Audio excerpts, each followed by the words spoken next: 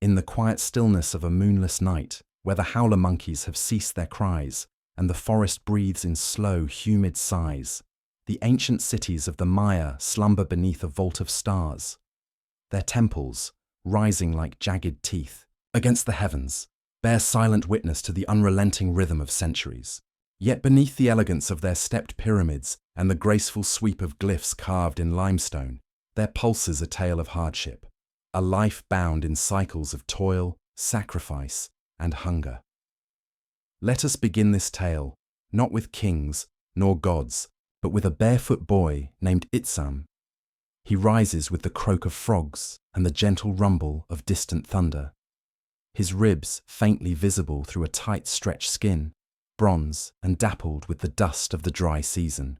The maize fields await, as they do each dawn, and so too does the fear that the rains may never return. Itsam's village lies deep in the Payten Basin, tucked between the meandering folds of jungle and the relics of collapsed dynasties. Here, in the shadow of towering ceiba trees, the sacred bridge between the heavens and the underworld, the Maya toil upon unforgiving land. The soil, though generous in spirit, is shallow and quick to exhaust. Each harvest strips it a little more, and each planting feels a gamble with fate. From the age of 5, Itsam has known the ache of labor. He carries bundles of firewood twice his size and helps his mother twist twine from agave fibers. His father, once strong and spry, now walks with a limp, his leg shattered years ago under a stone lintel during temple repair. There is no healer, skilled enough to mend bone. There are herbs to dull pain, yes, and prayers to the gods, but time alone bears the burden of healing. Their days begin before the sun crests the canopy, and end long after it has dipped behind the far hills. The work is endless, unrelenting. For the Maya, the act of living is not a gentle tide, it is a chisel, ever carving, ever wearing. The village has no word for weekend, no concept of rest as a reward. Feast days and ceremonies bring a pause, but only for some. For others, they bring dread, for they may be chosen not for honor or wealth, but for sacrifice. You see, the gods of the Maya are many and hungry. They gave corn to man, they shaped his form from yellow dough, and in return, they demand reverence, paid in blood. The rains falter. Blood must flow. A solar eclipse darkens the day. A heart must be offered. The cycle is known, understood, accepted. Itsam's older cousin, Chak, disappeared 3 seasons ago. A priest came, his face painted like a jaguar, his breath thick with copal smoke. He chose Chak for his purity, his silence, his wide eyes. He was led up the steps of a high temple in a nearby city-state, Yak's Mutal, they call it, and never came down. His name is spoken only in whispers now, and Itsam wonders if he too will one day vanish into the clutches of ritual. Yet the brutality of life for the ancient Maya is not always painted in blood. Often it is subtler, quieter, a hunger that never quite leaves, a fever that comes in the night, a cough that steals breath in the cradle of sleep. The jungle, for all its abundance, breeds insects that carry unseen death. There are no salves for malaria, no cures for dengue, only chants and smoke and hope. And then there is war.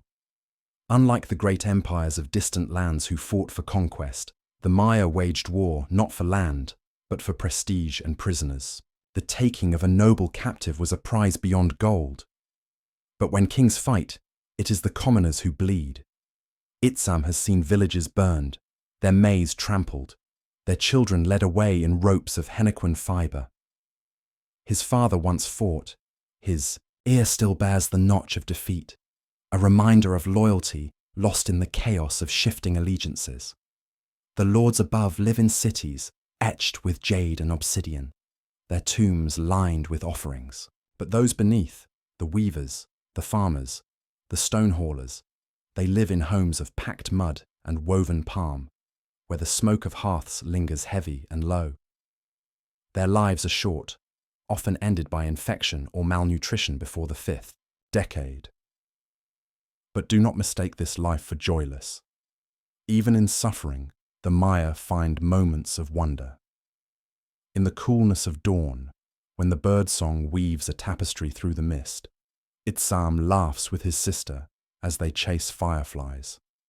In the night, by the flicker of torchlight, elders tell stories of the hero twins, of Xibalba, of celestial beasts that walk among stars. These tales, rich and alive, lend meaning to the struggle. The stars, too, offer solace.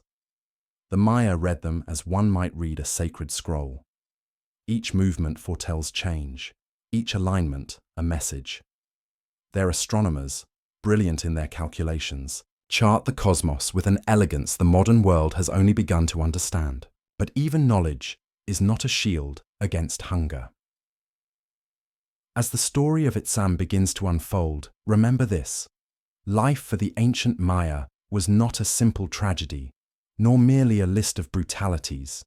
It was a life lived in fierce harmony with forces both seen and unseen. It was a dance on a blade's edge, fragile, fleeting, yet deeply profound. And so, beneath the canopy of stone and sky, our tale takes root. For in the cracks of hardship, beauty often blooms the brightest. The jungle does not forget, nor do the stones that once bore the weight of kings. Though the Maya commoner bore the yoke of daily hardship, high above him loomed another world entirely, one of jade, obsidian, and blood-painted power. These were the lords of the Maya city-states, rulers cloaked in serpent feathers and crowned with names long as prayers.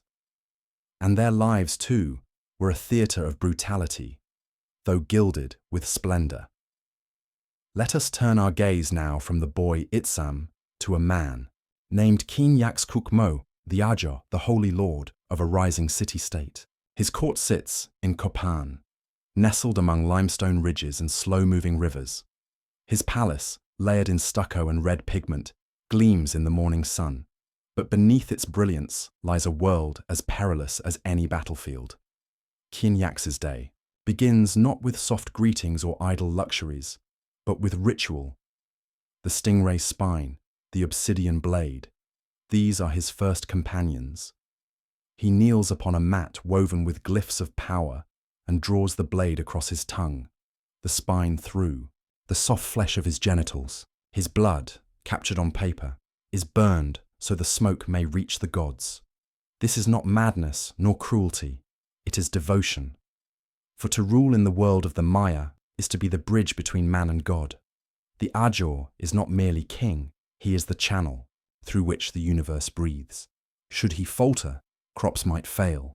Should he doubt, enemies may rise. His body is both throne and altar, his voice the echo of the divine. Around him swirl priests and astronomers, scribes and diplomats. They bear codices made of bark and ink of carbon and cochineal. They chart the stars, interpret omens, prepare the calendar. For every ceremony, every battle, every alliance must be timed according to the heavens. The long count calendar does not lie, and time is sacred. A war fought on the wrong day could invite disaster, not only for the ruler, but for the souls of all beneath his dominion. Yet power is never safe, even for the divine. Kinyax watches his back. Assassins may rise from within his own bloodline. His brothers harbour dreams of kingship. His son, too ambitious, already walks with a swagger unbecoming of humility. Even a whisper of bad harvest, or a comet passing in an uncharted path, may turn his people against him. And so he builds monuments, temples, stelae that proclaim his glory, his lineage, his divine favour. His name must be etched in stone, immortal even if his bones turn to dust. Jade is the symbol of that power. It is rarer than gold in these lands, pulled from the veins of distant mountains. The nobility wears it in large discs across their chests, in plugs that stretch their ears wide, in crowns that shimmer green beneath the canopy. Obsidian, sharp as a whisper, is carved into blades and mirrors. A noble might gaze into such a mirror and see not his reflection, but the face of a god, or a rival. Despite the grandeur, their bodies are marked by the same suffering. Their teeth are filed to sharp points and inlaid with precious stones, a mark of status and style, but one that often leads to infection. Their skulls are flattened from birth, bound between boards to achieve the favored shape, an elongated dome, evoking maize and divine ancestors. Pain is beauty, and beauty is power. In the palace courts, games of tlachtli, the sacred ball game, are played not for sport, but for ritual, politics, and prophecy. A heavy rubber ball must be struck only with hips or thighs. The stakes offer nothing less than life itself. Some games end in death, not as punishment, but as offering. The losing team, or in some cases, the winning captain, may be sacrificed, his blood sealing a pact with the gods. To be noble among the Maya is to walk a thin blade, adorned, revered, but ever at risk of falling. Intrigue is constant. Poison in pulque, an enemy's bribe to a trusted servant. A scribe's misplaced, glyph that casts doubt on lineage. All these are dangers unseen, yet ever present. The dance of diplomacy is delicate, for the Maya world is a tapestry of rival city-states. One moment a marriage brings peace, the next a blood feud erupts over a misinterpreted omen. King Yax holds court beneath a lattice of carved stone, listening as emissaries bring news from distant lands. Tikal moves to expand, Kalakmul sharpens its teeth, and a minor noble from Yashilan grows bolder by the moon. His advisors speak in hushed tones. War is inevitable, they say, but war is also necessary. For a ruler, captives are currency. To bring a bound prince from another city, humiliated, to the steps of his own temple, this is glory. Sacrifice is not a vulgar end. It is theatre, religion, and politics entwined. The blood of a captured noble sings louder in the ears of the gods than that of a commoner. And so, war becomes ritualized. Quick raids, not conquest. Precision over destruction. A sacred choreography of death. And yet, despite all this splendor and terror, there is a strange serenity in the lives of the elite. At dusk, Kin Yak stands atop a high platform, watching as the stars emerge. He drinks cacao, thick and bitter, spiced with chili and annatto. A priest chants softly, invoking Venus as the evening star rises. Children laugh in the distant courtyards. And for a moment, the great lord allows himself to forget the weight he bears.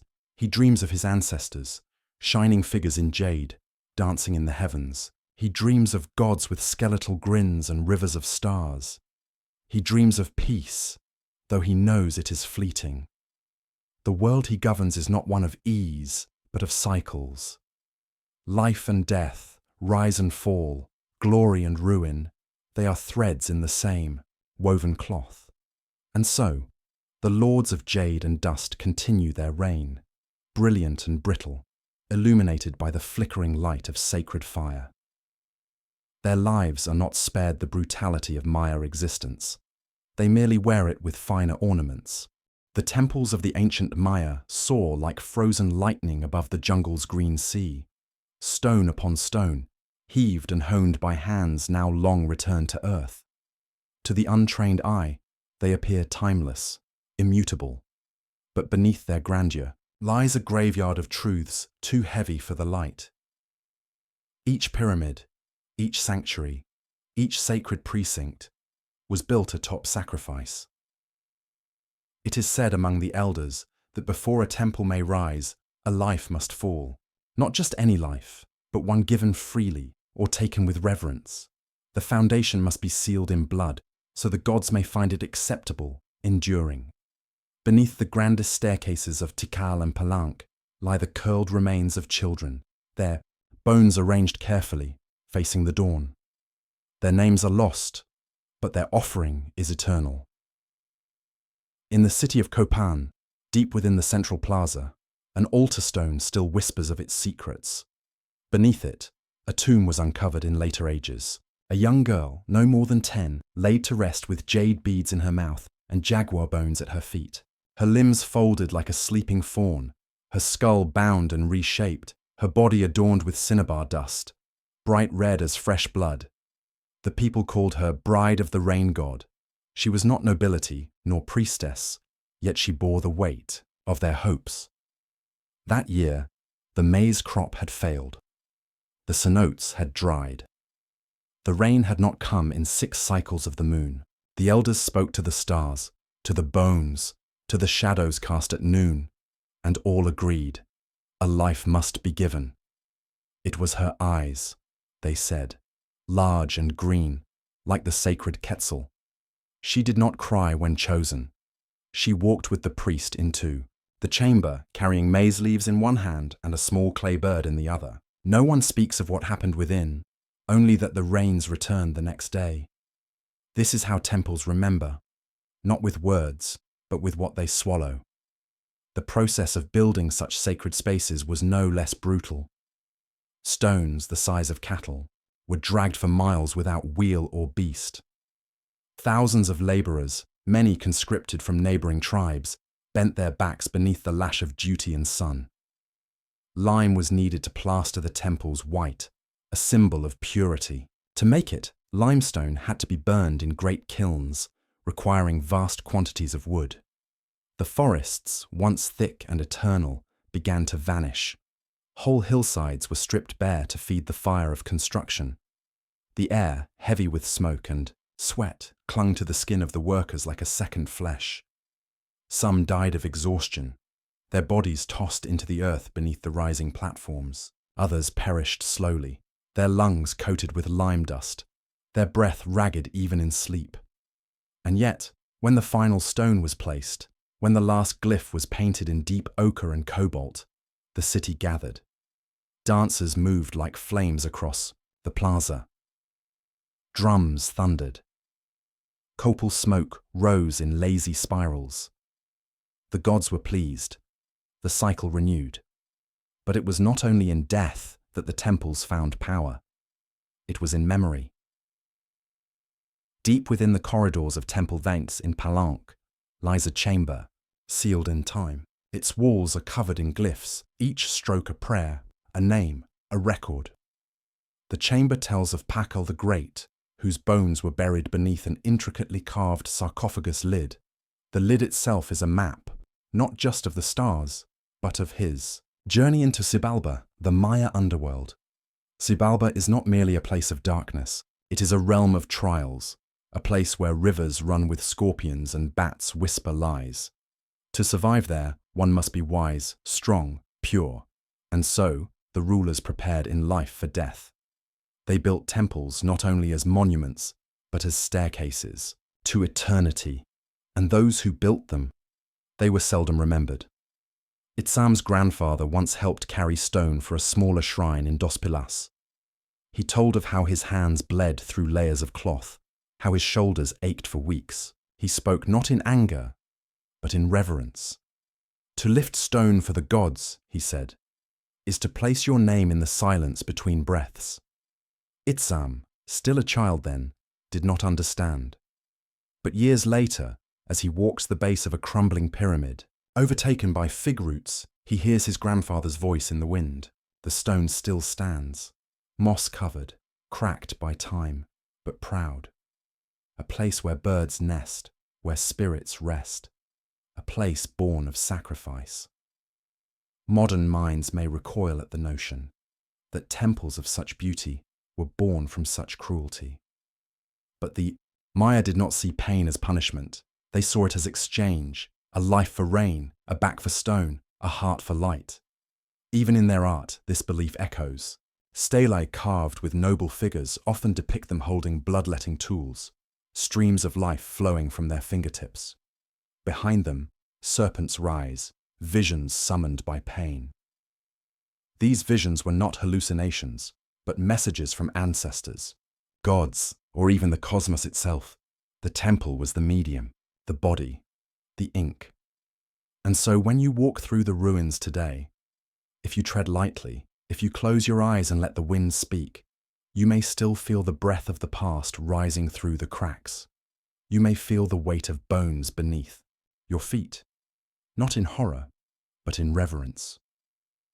For the Maya understood something we often forget, that creation is born of cost, that beauty, in its most lasting form, is often carved by hands that bled, built upon lives that gave and whispered, into form by voices long silenced, and the temples, solemn and stoic, keep their secrets well, but they are listening, always. When the morning sky shifts from indigo to gold, and the cries of motmots ring through the canopy, the fields of the Maya stir with life. Here, beneath a sun that shows no mercy, the earth is coaxed and cut, pleaded with and pressed for its gifts, and so begins the cycle of harvest, an ancient song of labor sung in sweat and silence. Itsam, now in his 12th year, follows his father across a patchwork of milpas, fields slashed from forest and burned to awaken the soil. Their tools are simple, stone axes, digging sticks hardened by fire, and baskets woven from vines. There are no beasts to pull the weight, no ploughs to ease the toil.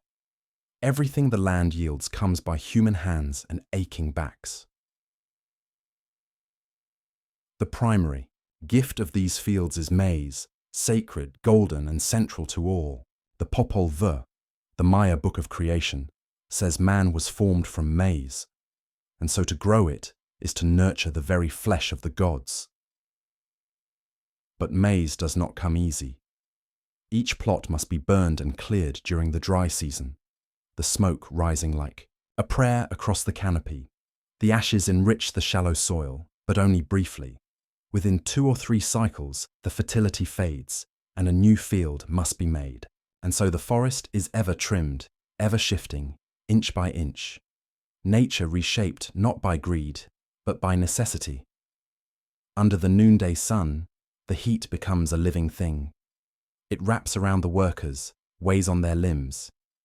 The men wear simple loincloths, the women cotton skirts. Wide-brimmed palm hats are damp with sweat, and water must be fetched from distant cenotes, natural wells that glisten like obsidian in the forest floor. Itsam's hands blister easily, his palms still tender. But he does not complain. He knows. What happens to boys who falter?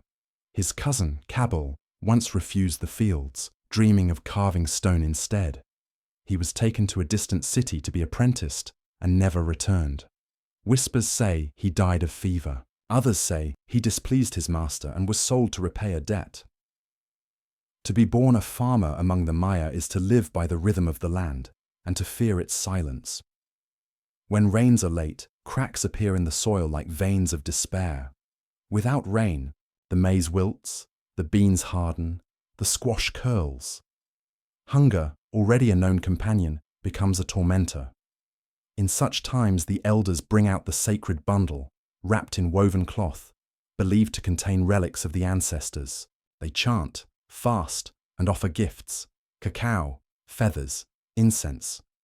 Sometimes, if the drought lingers, they offer more. But when the rains come, oh, how the earth sings. Thunder cracks, and the scent of wet soil rises like incense. The rivers swell, frogs chorus in ecstatic clamour, and the milpas spring to life. The maize grows tall and green, the beans climb like eager fingers, and the squash blossoms in yellow bursts. The women prepare to receive the bounty. They grind maize on stone metates, from dawn until dusk, turning it into masa for tortillas and tamales. Every home echoes with the rhythmic tap of stone against stone, a heartbeat of survival. But even harvest brings its own cruelty. The bounty must be protected, not just from spoilage or rot, but from theft. Rival villages may raid at night, not with swords, but with silent hands. Children are sent to watch the stores, and traps are laid. Itsam once found a man snared in a pit beside their granary, his leg broken, his face pleading. His father gave him water, then sent word to the neighbouring elders for justice.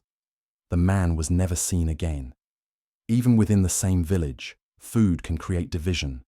A noble may fill his granary while a poor family eats tortillas made from mould blackened. Maize. The gods are impartial, but the world is not. When offerings are made in the temple, they come from the commoners. When feasts are held in the palace, They rarely reach the village, and then come the pests.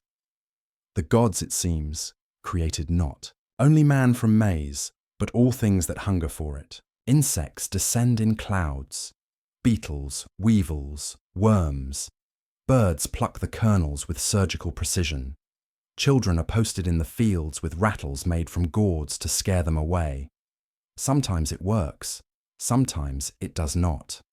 Still, there is beauty.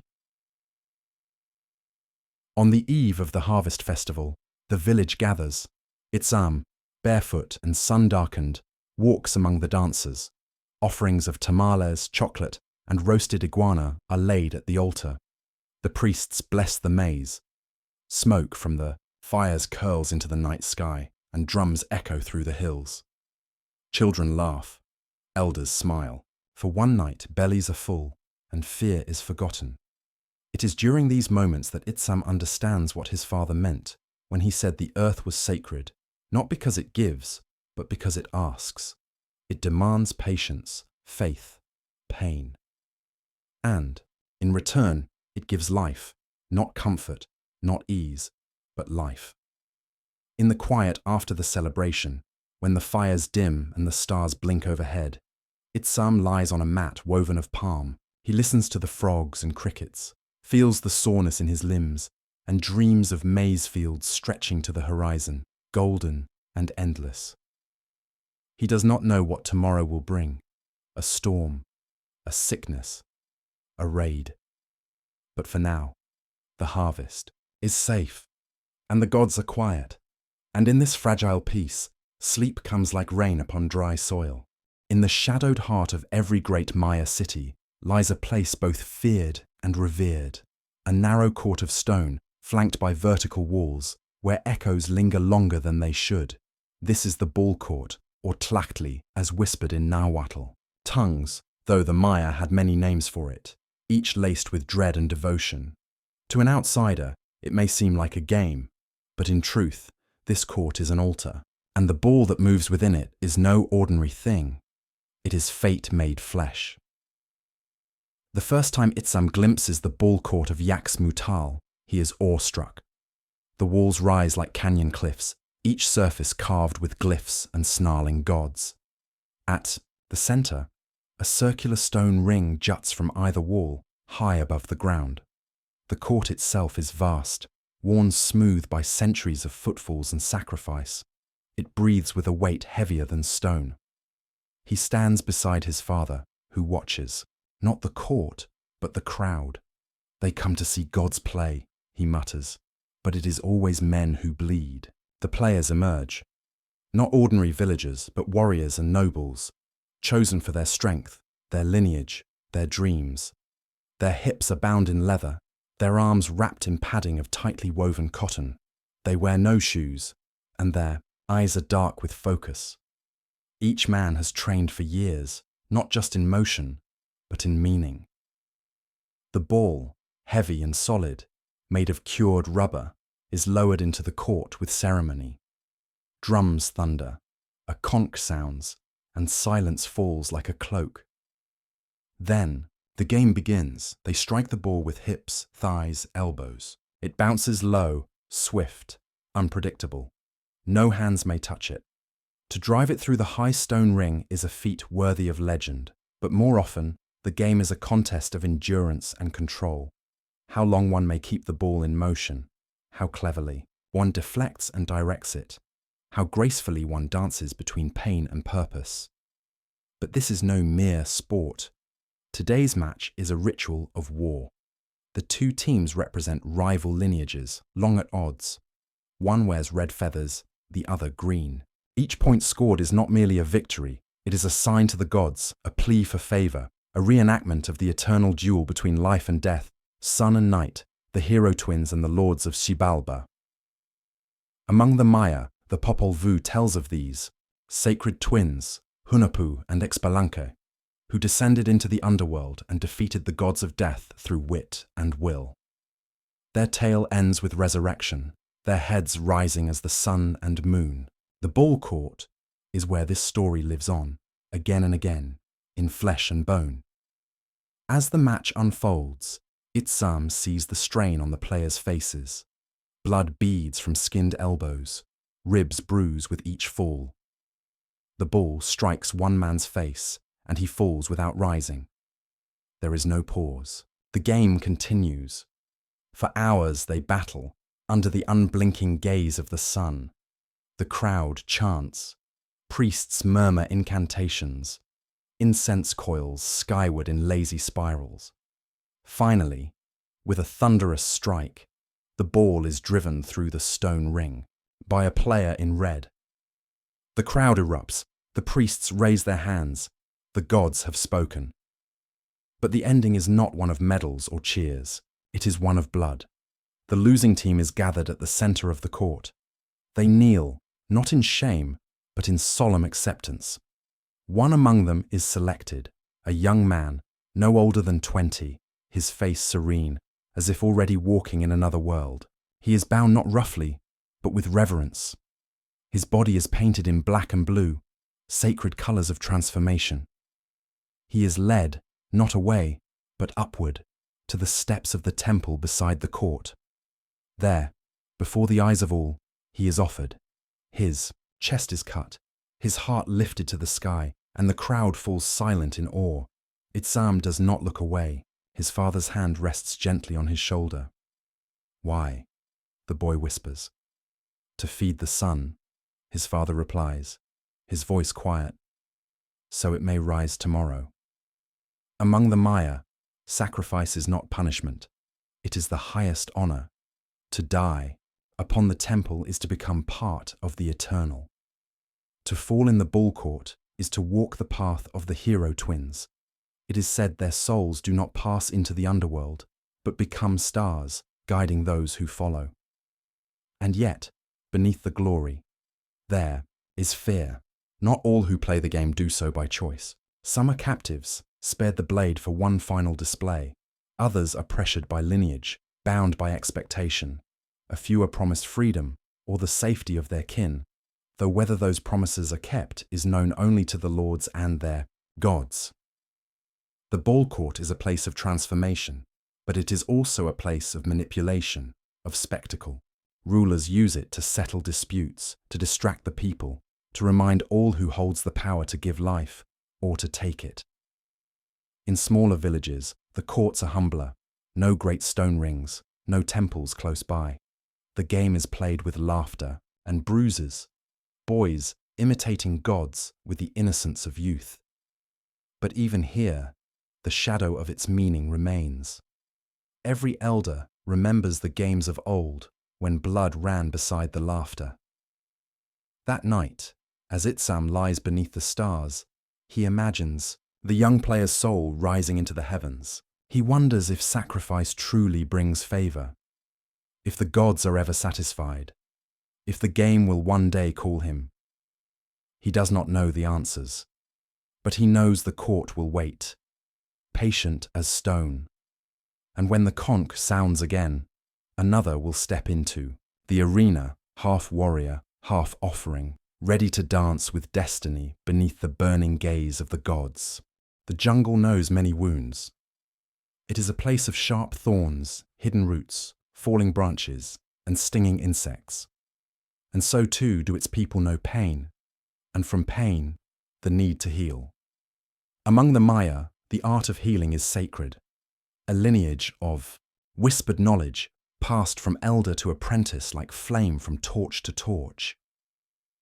In a quiet hut on the edge of Itsam's village, hidden beneath a tangle of vines and hung with charms of bone and seed, lives Ixtsun, the Amen, the healer woman. She is old, her back bent like the crescent moon, her face a river of lines. But her eyes, dark as obsidian, see deeper than most. People come to her at all hours. A child with fever, a hunter mauled by a jaguar's paw, a mother whose womb will not quicken. To each, Ixtsun offers not certainty, but care, and always a soft word. The gods lend us breath. Let us not waste it. Her tools are not of bronze or steel. They are flint blades, smooth river stones, hollow bones for suction. Her medicines are leaves and roots, saber bark for swelling, copal for spirit cleansing, crushed cacao with chile to stimulate blood. She chants as she works, each word a thread in the tapestry of healing. One morning, Itsam's younger sister, Ixchel, is bitten by a serpent while gathering flowers. Her leg swells. Fever takes her. Their mother screams. Their father runs with her limp body in his arms through the village paths. Ixtsun does not flinch.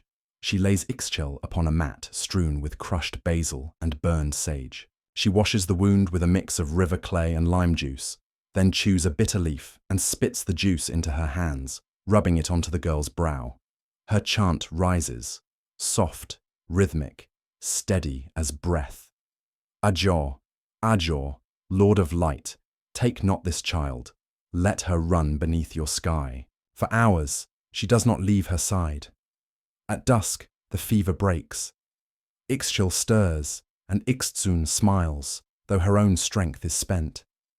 She does not charge for her service. The family leaves maize, honey, and a feather comb at her door, but healing is not always victorious. There are fevers no leaf can quell, curses cast by bitter rivals, spirits that linger after death, souring the breath of the living. In such cases, Ixtsun calls upon other rites. The temazcal, a sweat lodge shaped like the womb of the earth, is one such ritual. Stones are heated in fire, then placed in the center of a low domed hut. Water is poured, steam rises, and the sick are placed within. As the heat sears the skin, Ixtsun chants, urging the illness to flee. It is a trial not all survive. Then there are the sacred herbs, some to heal, others to send the mind walking beyond the body. Mushrooms that open the eyes to the spirit world. Flowers that lull the heart into a trance. Smoke from burning seeds that summon ancestors to speak through the lips of the sleeping. Itsam once saw a warrior brought to Ixtsun after a battle, his arm torn, his face split. She worked through the night, stitching flesh with cactus thorns, using honey to fight infection. The man survived, though he never spoke again. When asked why, Ixtsun only said, he saw something on the other side. To be a healer is to live, close to death. They are respected, yes, but also feared. A mistake in a chant, a misidentified route, and the patient dies. Whispers follow those who fail. Some say failed Amen become Balaam, jaguar spirits who walk alone, lost and hungering. Ixtsun has no apprentices. No one dares learn, and yet her hut is never empty. When the nobles grow ill, they send messengers to seek her, though they will not admit it openly. The court physicians wear fine robes and speak of humours and calendars, but even they defer to the jungle woman in secret. She has cured things they could not name. Still, the healer's work is not only of flesh. There are days when a mother brings a baby who will not stop crying, though he is well fed and warm. Ixtsun waves smoke over him, mutters, then declares, the child, crossed by a wandering shade. She draws a circle of salt and ash, sings the names of stars, and the crying stops. Sometimes the wound is grief. A young man whose lover died beneath a falling branch. A wife whose child never woke. For these, she prepares cacao with wild honey and sacred leaves, then speaks of the gods who mourn, of Ixchel's tears, of the river that carries sorrow away if one only dares to step in. Ixtsun herself is marked. Her arms bear small scars from years of ritual cutting, tiny lines in rows, each a prayer she offered in exchange for another's healing. Her legs shake when she walks. Her voice, once strong, now cracks like dry wood. Still she rises before dawn and gathers herbs. Still she chants. Itsam wonders what will happen when she is gone. There is no apprentice, no one brave enough to inherit her burden. The knowledge may die with her, scattered to the forest winds. And perhaps that is fitting, for in the Maya world, knowledge is not a possession, it is a living spirit. It chooses its vessel, and when that vessel is gone, it returns to the gods, waiting for the next worthy hand. One evening, as twilight paints the sky in hues of obsidian and jade, Itsam brings Ixtsun a bundle of wild mint. She smiles, placing a wrinkled hand on his cheek. "Your hands do not fear," she whispers. "Perhaps they will remember." And in that moment, beneath the rustling leaves and flicker of fireflies, the boy feels the weight of a world, both fragile and fierce. The healer's knife does not only cut, it carves pathways back to life. And in the silent hours, when hope feels distant, it is her voice that lingers, soft as smoke, reminding all that in the harshness of Maya life, there still lies the grace to mend. For the Maya, the gods spoke in patterns, in the flight of birds, the cycle of rain, the bloom of certain flowers at certain times. Their voices echoed in eclipses and earthquakes, in the position of Venus at twilight, in the dreams of the priest. Every sign was a whisper from the divine, and every silence was a warning. Itsam remembered when the gods went quiet. He was no more than 9 when it began. The season should have brought thunder, low and steady, rolling over the canopy like the voice of Chak, the rain god. But the sky held nothing but heat. The clouds gathered, promising, then drifted apart like tricksters. The rivers thinned, the frogs no longer sang at dusk, and the birds flew elsewhere. At first, the elders performed the usual rites. Offerings were made. Maize dough was shaped into sacred forms and burned. The children danced. Blood was drawn from noble fingers. But the rains did not come. Then came the drought. It crept in slow, like a shadow, moving without wind. The milpas shriveled. Beans blackened on the vine. The squash refused to flower. The soil, once soft and full of breath, turned to cracked clay. People began to whisper, not just of Chak's displeasure, but of his absence. The glyphs on temple walls, that once spoke his name seemed faded. Ixtsun, the healer, said nothing aloud, but she burned copal at every corner of her hut and began sleeping outside beneath the stars. "It is not only the sky that has gone dry," she said to Itsam one evening. "It is the bond, the thread between us and the gods. It frays." In the city of Yaxmutal, things grew worse. Without crops, tribute from the outlying villages ceased. Nobles bickered. Priests disagreed over signs. 2 eclipses came, one full, one partial, within the same ton. It was unnatural. A warrior declared the gods had fled the temples and now wandered the jungle. A priest was accused of withholding favor. He was buried alive beneath a plaza stone. People began to dream of emptiness. Not death. Emptiness. Fields that never grew. Skies that never changed. A world with no voices from beyond. It was a terror greater than any jaguar. In desperation, the higher jaw ordered the largest ritual in a generation. Hundreds were brought from nearby cities. Captives, volunteers, debtors, even children chosen by lot. They were adorned in feathers, painted in red, and brought to the temple steps. For 3 days, drums beat without pause. For 3 nights, fires burned bright enough to block the stars. Hearts were lifted, blood spilled in rivers across the stone. Smoke rose so thick that birds fled from the trees. And yet the clouds did not break. Itsam watched it all from a distant hill. His father refused to let him go close, but the sky glowed red through the leaves, and the smell of burning blood drifted even to the outskirts. And then came silence. Not only from the gods, but from the people. After the sacrifices, the city grew quiet. The market, once loud with barter and song, became a hollow place. Temples stood tall but empty. The priests, tired-eyed and thin, wandered in confusion. The birds still did not sing. Itsam's mother wept one morning while grinding maize. A small weevil crawled from the dough. There was no more to grind. That night, she fed the children broth made of roots and tree bark. Stories began to change. The hero twins, once tales of triumph, became tragedies. In the mouths of fearful storytellers, they failed to escape Xibalba.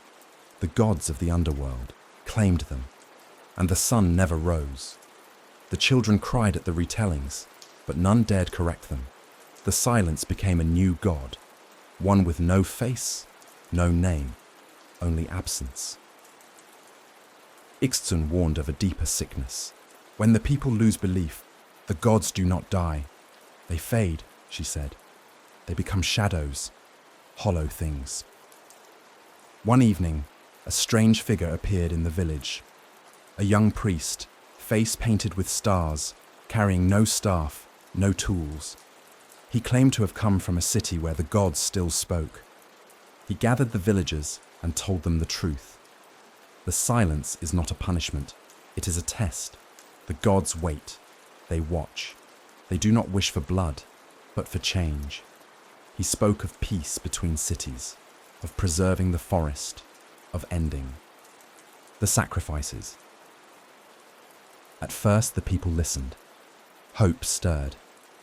Perhaps the gods had not gone silent. Perhaps they had simply stopped shouting. But then, the rain still did not come, and the priest vanished. Some say he returned to the jungle.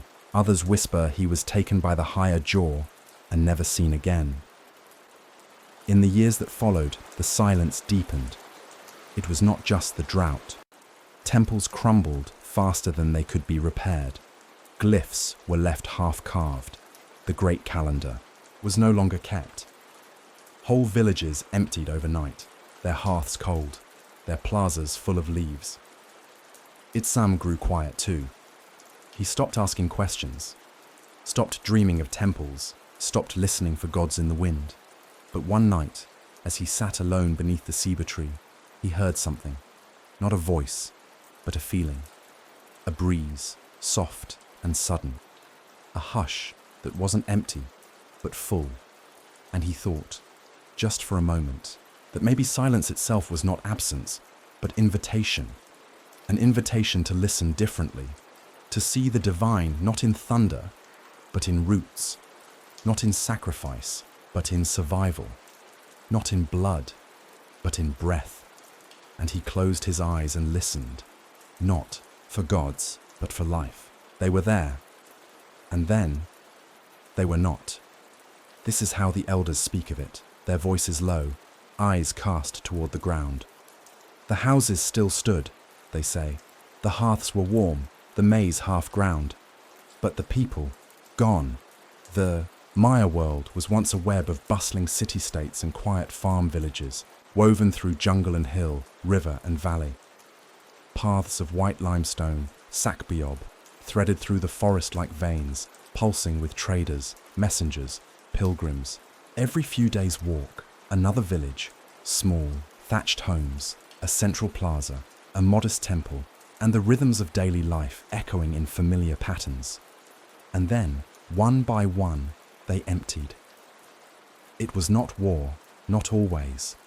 There were no smoking ruins, no toppled idols, no bodies strewn in the dust. The jungle simply swallowed the villages whole. First the smaller ones, then even the mighty cities, Dos Pilas, Aguateca, El Zots. Stone by stone, story by story, they disappeared into green silence. Itsam remembers when the first village near, his own, went quiet. He had travelled there once with his father, trading squash for obsidian flakes. The people were kind. They wore cloaks dyed with annatto, and the elders told long, slow stories about stars and jaguars. But when Itsam returned, with his father months later, no one came to greet them. They called out, waited, walked the empty paths. The homes stood untouched. Pots still hung in hearths. Maize baskets lay half-filled. Even a flute sat on a stool, as if just set down. No signs of violence, no footprints leaving into the forest. Just absence. Word spread like fire without smoke. Other villages followed. Whole communities vanished between moon cycles. At first, fear rose. Was it disease? Sorcery? The wrath of forgotten gods? But nothing spread to the villages that remained. No fevers, no plagues, only silence and questions. Scholars of later centuries would puzzle over it. Drought, they would say. soil exhaustion, civil unrest, too many mouths for too little grain. And yet, there were years of rain between the droughts. Some regions were rich in soil. And why flee in peace, leaving tools and treasures behind? Among the Maya, another answer was whispered. The land had grown tired, not angry, not cursed, but weary. Trees felled too fast, fires burned too hot, fields tilled too often. The sacred balance, Kuksajil, had been broken, and the land turned, its face away. The gods did not need vengeance, they needed space, and so the people left, not in terror, but in quiet understanding. They took only what they could carry. The rest they gave back to the earth. Perhaps they believed the spirits of the jungle would reclaim the stone, the pathways, the echoes. Perhaps they hoped that someday, when balance returned, the cities could be born again. But others say the truth lies deeper. Ixtun, when asked, only smiled and stirred her bowl of herbs. What vanishes, she said, does not always end. Some things move beneath the skin of the world, like roots. She believed that the people did not die or flee. They shifted, became something else, left the temples for caves, the cities for trees, the gods of fire and blood for gods of wind and silence. The Maya did not fall, she insisted. They evolved. Still, for those left behind, like Itzam's family, the emptiness was real. Trade routes faltered. Rituals lost participants. A wedding, planned with a neighboring village, became a funeral for connections no longer living. Itzam's mother grew quiet. His father worked longer days, trying to compensate for missing hands in the field. Worse were the rumors. Some claimed the vanished had built a secret city deep within the mountains, free from lords and priests, where the gods were only remembered as ancestors. Others whispered that a new god had come, faceless, wordless, ancient, offering peace in return for disappearance. And others still feared the old stories of Xibalba rising, the lords of death climbing up from below, luring whole villages into the underworld with promises of cool water and eternal sleep. One evening, Itzam found an old man sitting near the path to the abandoned village. He had once lived there, he said, and had left before the silence came. They were tired, the old man murmured, of fear, of tribute, of giving their sons to the gods and their daughters to the priests. So they left before they broke. Where? Did they go? Itzam asked. The man tapped his temple. Here first, then elsewhere. That night, Itzam dreamed of empty houses and voices in the trees, of children playing in abandoned plazas, of mothers singing lullabies to stones. He dreamed of a city with no walls, only canopies, no altars, only riverbanks, and no gods, only wind.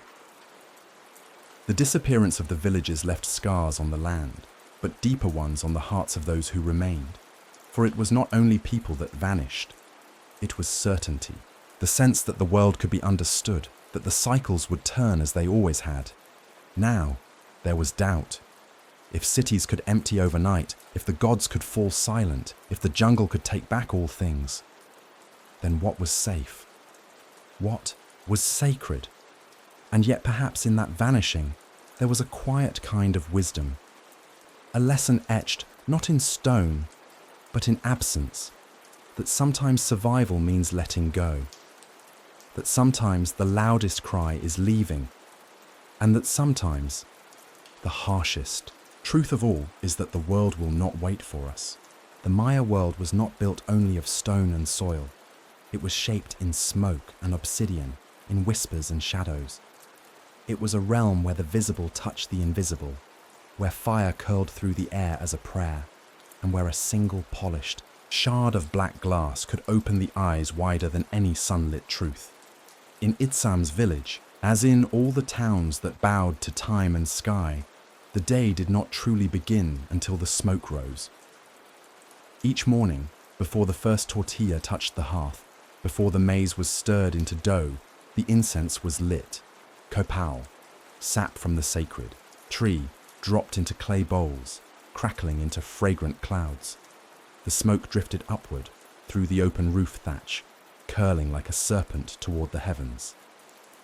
"Speak to them," Itsam's mother would say, fanning the smoke with a woven palm leaf, "even if they do not speak back." The gods were always listening, or so the people hoped. Smoke was a bridge, not just to the gods, but to ancestors, to memories, to meanings long buried. Every ceremony, great or small, began with it. A birth was announced in smoke, a death mourned in its scent, a union sealed by its presence. It bound time together, made the unseen feel near. But it was obsidian that gave the gods their mirrors. Obsidian, black volcanic glass, sharp as betrayal, older than fire. The Maya prized it not only for its edge, but for what it showed. In the hands of the Amen, the healer priest, it became more than a tool. It became an eye. Ixtzun had a piece the size of a bowl, polished until it gleamed like a still pond at midnight. She called it Nahualche El, the soul mirror. It was not kept openly, but hidden beneath mats and woven cloaks, only brought out in moments of great need. Once, when a child disappeared during a storm, Ixtzun lit a circle of copal, placed the obsidian in its center, and stared into its depths for hours. She spoke no words. When she rose, she pointed to the east. The search party found the boy asleep beneath a tree, safe but shivering, exactly where she'd gestured. To outsiders, it seemed magic. To the Maya, it was balance. Obsidian carried power because it was born of fire and darkness, a thing of earth and death and transformation. Every noble wore it, sometimes as blades, sometimes as ornaments, always as warning. Warriors lined their clubs with obsidian shards. One swing could flay a man from collar to thigh, but more dangerous than the blade was the gaze. In the great cities, the priest-kings kept large obsidian mirrors in their chambers. They did not use them to see themselves, but to seek signs, to ask questions the stars would not answer. In the mirror, they said, the gods revealed their faces, or perhaps one's own shadow. Itsam once caught a glimpse of Ixtzun's mirror by accident. He had brought her fresh mint, and she was tending to a fevered boy. The mat was drawn aside, and for a moment the black surface looked back at him. He did not see his face. He saw a temple, broken and burning. He saw trees growing where altars once stood. He saw himself older, alone, standing on a mountain, and the stars above him were gone. He said nothing, only handed her the mint and fled. That night, he dreamed in black and grey, and for many nights after, Ixtzun later told him gently, "The obsidian shows what could be, not what must." "But why show it?" he asked. "So you may choose." In a world as fragile as theirs, choice was often a luxury. But in smoke and obsidian, even illusions held truth.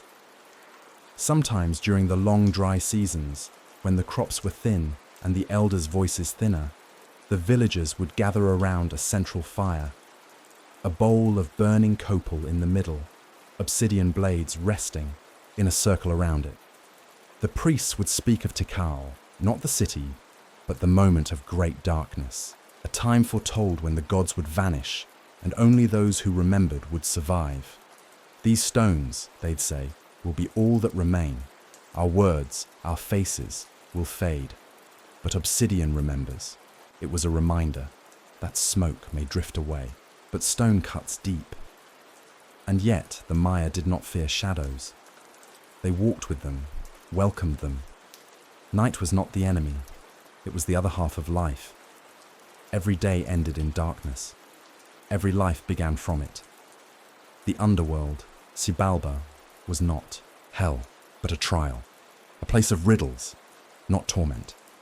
To walk the path of obsidian was to know that clarity often came through pain, that the sharpest truths were not those chiseled in stone, but those reflected in silence.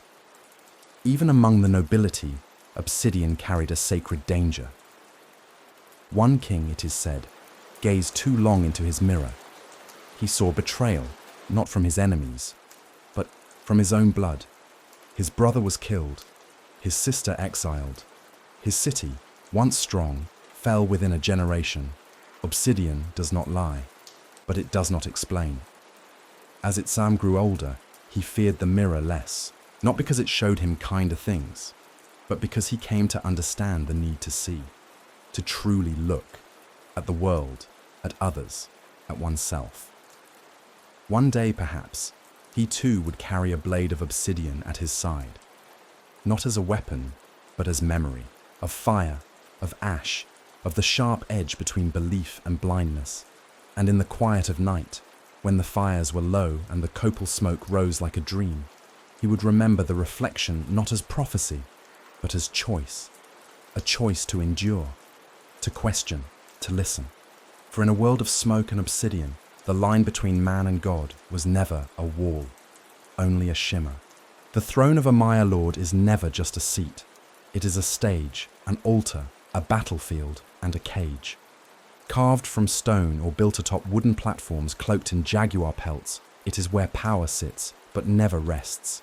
And beneath every throne, though, hidden from sight, there waits a jaguar. Not the animal alone, though the jaguar, Balaam, was sacred beyond compare. It was the spirit of night, of the underworld, of the divine hunt.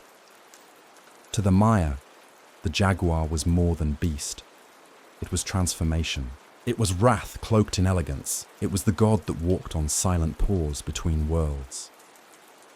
In the glyphs carved on lintels and stele, Maya kings are often shown in jaguar garb, spots painted on skin, pelts draped across shoulders, claws fitted to hands. But these were not costumes. They were declarations: I am not merely man, I am chosen, dangerous, divine. Yet to invoke the jaguar was to invoke judgment. Itsam had once watched a procession enter the city of Yaxmutal. A visiting Ajor, a lord from a neighboring city, came to renew a treaty, flanked by guards and priests. At his side walked a tethered jaguar, lean and gleaming, its eyes like molten gold. The beast was not caged. It walked freely on a leash of braided vines, its head level with the lord's knee. When they passed, the people bowed not just to the man, but to the beast. Later, Itsam asked Ixtun, "Why do they bring the jaguar?" She answered, "To remind the people that even kings are followed by death. For in court, danger never sleeps. It prowls behind woven curtains, behind carved masks, behind smiles." The Maya courts were dense with ceremony, but also with suspicion. Power was a gift from the gods, yes, but also a fire kept alive by constant tending and quick to scorch. A single eclipse misread, a poor harvest, a failed war, and whispers began. Whispers of divine displeasure, of replacement, and always, always, the jaguar waited. In some cities, thrones were placed atop effigies, stone jaguars crouching with open mouths, fangs bared. To sit upon them was to embrace that symbolism, rule well or be devoured. Kings were, not elected, but they were not unchallenged. Succession was a labyrinth, a ruler's sons, brothers, nephews, all potential heirs, all potential threats. Some died mysteriously in hunting accidents. Others disappeared on diplomatic missions. A few, clever or cautious, took priestly vows to avoid the game entirely. And, when power shifted, it was often bloody. A lord might rise upon the back of a coup cloaked in divine omen. The priests would read a blood sign in the stars. The scribes would rewrite lineage. The court would bow anew. One king's fall became another's foundation. But the jaguar beneath the throne did not care who ruled. It only watched. The animal itself, in myth and in blood, held a place both feared and revered. Night jaguars hunted in the dense undergrowth, their roars like thunder rolling just beyond firelight. They could kill a man silently. To be taken by one was not shame, but fate, a return to nature's judgment. In the Popol Vuh, The lords of Xibalba send jaguars to challenge the hero twins in one of the many trials of the underworld. The beasts are not merely foes, they are thresholds. To pass them is to earn divine favor. To fail is to vanish forever. Some warriors took the jaguar as their totem. The elite Balam Ajawab, jaguar lords, wore masks shaped of bone and onyx and trained in deep forests. They struck at night, silent and sudden, bringing prisoners back alive, their methods feared even by their own. To serve as a jaguar lord was an honor, but it came at a price. Itzam's cousin, Kabil, once trained in the Balam order. He returned only once, years later. His face was unreadable. He carried no weapons. He spoke rarely. The village children feared him, not for what he did, but for what lingered in his silence. He stayed 3 nights, then disappeared again. Some said he had become more jaguar than man. Among the Maya, dreams of jaguars were considered omens. To dream of being chased by one was to fear punishment. To dream of killing one was either great fortune or a curse. And to dream as a jaguar, to see through its eyes, was said to mark one as a future ruler or destroyer. Itzam dreamt once that he stood in a palace of stone, wearing jaguar skin, and looked down upon a court of shadows. They bowed to him. But when he sat upon the throne, he felt claws tighten beneath his feet. The stone cracked, and from below a growl rose, not of an animal, but of the earth itself. He awoke sweating, unsure whether it was prophecy or fear. As he grew older, the stories became clearer. The jaguar was not only death, nor power, nor night. It was the truth that kings try to outrun. That rule is fragile, that no man is truly safe, that beneath every stone seat, every golden mask, every ceremony, there waits a beast with silent breath and patient eyes. The people remembered. The scribes carved it in glyphs. The dancers mimicked it in ceremonies. The children whispered its name when alone in the woods. And the kings, they slept in rooms of stone, beside bowls of copal, obsidian mirrors turned to the wall. But always, somewhere in the darkness beyond the torches, there was a soft sound. Pad, pad, pad. The jaguar walked, watching, waiting. In the world of the ancient Maya, survival was never simply a matter of food and shelter. It was a question of debt, owed not only to the gods above and the ancestors beneath, but to kings, priests, warriors, and cities whose appetites knew no rest. The Maya economy was not built on coin or wage, but on tribute. And tribute was not just payment, it was burden, it was weight, and it was heavy. Itzam had long known its pressure, though he did not always have the word for it. It came in the form of cacao beans handed over to masked collectors. In bundles of cotton thread, his mother spun until her fingers cracked. In chickens led on woven cords, their wings clipped, their eyes wide. Twice each ton, roughly every 360 days, officials came from the city. They arrived not like tyrants, but like clockwork, calm, expectant, armored in feathers and authority. Their arrival was both dread and routine, like the dry season or the new moon. They bore lists inked in soot upon bark paper, and they knew exactly what was owed. 20 sacks of maize, they'd say, 10 baskets of salt, a feather cloak, 3 children of weaving age, and the villagers would nod, already preparing. They did not rebel. Rebellion was not only rare, it was unthinkable. For the tribute was not seen solely as a tax to lords. It was a covenant. The Ajor ruled not just by force, but by divine right. He communed with the gods. Without him, the sun might not rise, the rains might not fall. His strength was their protection. From rival cities, from famine, from cosmic disorder, to deny tribute was to invite collapse. Still, knowing this did not lighten the load. Itzam once helped his father carry a woven mat of obsidian blades through 3 days of jungle to reach the city of Yaks Mutal. Each step cut into his shoulder. Each river crossing soaked the mat, adding weight. When they arrived, The noble at the city gate barely looked up as the burden was laid at his feet. He simply nodded. On time. Good. That was all. Then they were sent back, empty-handed. There were no thanks, no coin, only the thin satisfaction of survival. The tribute did not end with goods. Labor too was extracted, corvée service, demanded during certain seasons. Men disappeared for moons at a time, pulled from their fields to build temples or roads, to dig reservoirs, to guard trade caravans.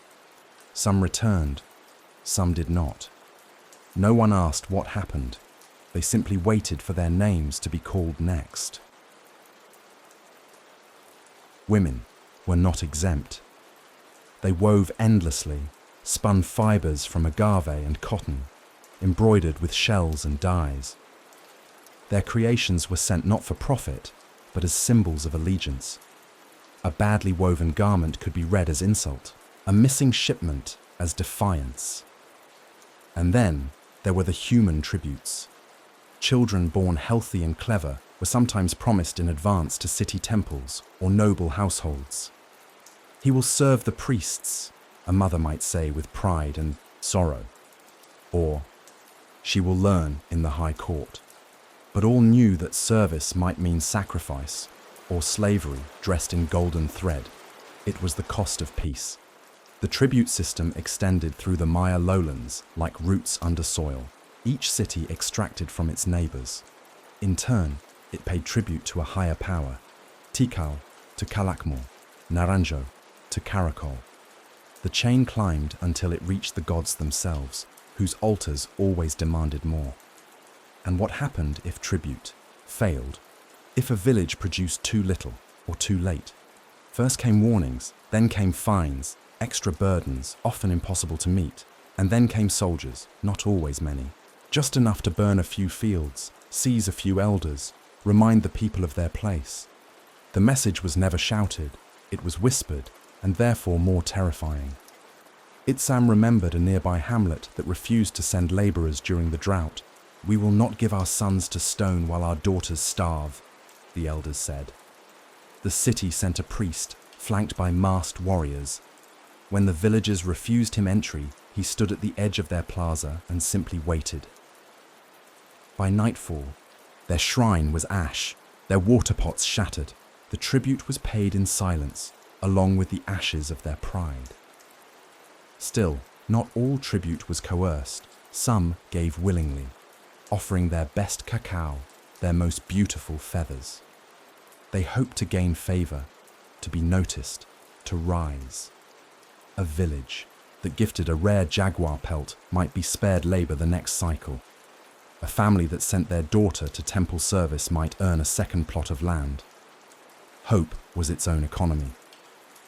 But more often, the system wore people thin. It turned bounty into burden. A good harvest was not cause for joy. It was cause for expectation. You have more, the collectors would say, so you must give more. And so, paradoxically, prosperity became danger. The people adapted. They hid some of their yield, buried beans beneath hearthstones, wove gold thread into ordinary garments, trusted only their closest kin. Over time, the tribute lists grew longer. The mouths in the cities multiplied. Temples demanded bigger feasts. Nobles wanted finer ornaments. And the jungle, generous but finite, began to groan under the weight. And yet, in the dim corners of their homes, the people still whispered to the gods, not in rebellion, not in bitterness, but in plea. Take less, they begged. Leave something for the children. Itzam, older now, had begun to understand what his father once meant when he said, "The gods do not bleed, we do. And the lords, they simply counted." There was once a saying in the Maya highlands, "He who holds the cacao holds the hearts of men." It was no empty proverb, for among all the fruits of the forest, maize, squash, chili, cotton, none bore the weight of power, ritual, and reverence, quite like the bitter seed of the cacao pod. To call it a drink is to call thunder a sound. Cacao was divinity, crushed and frothed, spiced and swallowed in silence. Its bitterness was a prayer in itself, a taste that lingered on the tongue like memory, like warning. Among the Maya, to drink cacao was to commune with ancestors, to open one's heart to gods, and above all, to show status. Itzam first tasted it during a naming ceremony for a newborn son of a village elder. The boy was wrapped in soft cotton, his name sung beneath a saber tree, and then small clay cups of warm dark cacao were passed to the guests. Itzam's cup was carved with a jaguar's face, and the drink within steamed gently in the humid dusk. He sipped and choked. The taste was rich, thick, gritty. No honey, no sugar. It burned with a dusting of chili. But the elders nodded approvingly at his grimace. It was meant to burn. That, his father said softly, is how gods remind us we are not them. Cacao was not merely consumed, it was offered. To gods, to kings, to the honored dead. Before each battle, warriors drank cacao, mixed with blood and crushed maize. Before marriage, couples shared it from a single vessel, the rim etched with moon glyphs. During festivals, cacao beans were thrown into sacred fires, crackling like bone in flame. But cacao was more than ritual. It was wealth. Unlike maize or salt or obsidian, cacao beans could be counted, stored, carried. They became the closest thing. The Maya had to currency. A rabbit might cost 10 beans, a woven loincloth, 20, a carved obsidian dagger, 50, or more if inlaid with jade. To spill cacao was not clumsiness. It was offense. To fake a cacao bean, carving one from wood and painting it, was a punishable crime, not just for fraud, but for mocking the sacred. In the markets of cities like Tikal or Calakmul, cacao moved like blood. Merchants stored thousands of beans, in sealed gourds, guarded by apprentices with slings and sharp eyes.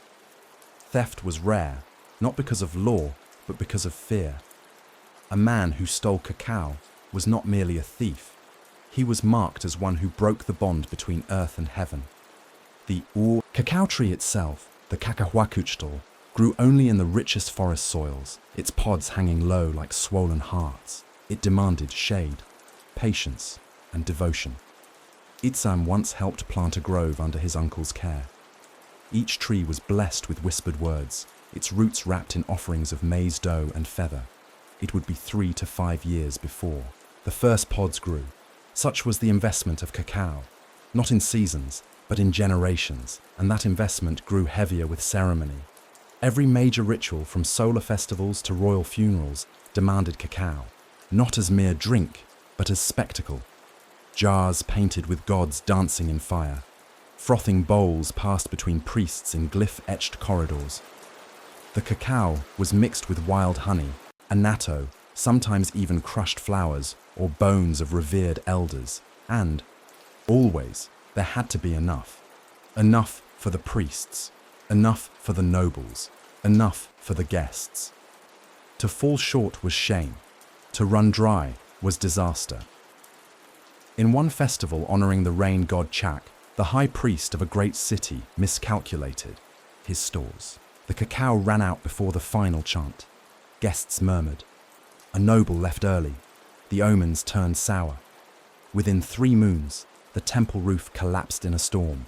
The people called it justice. So demand grew.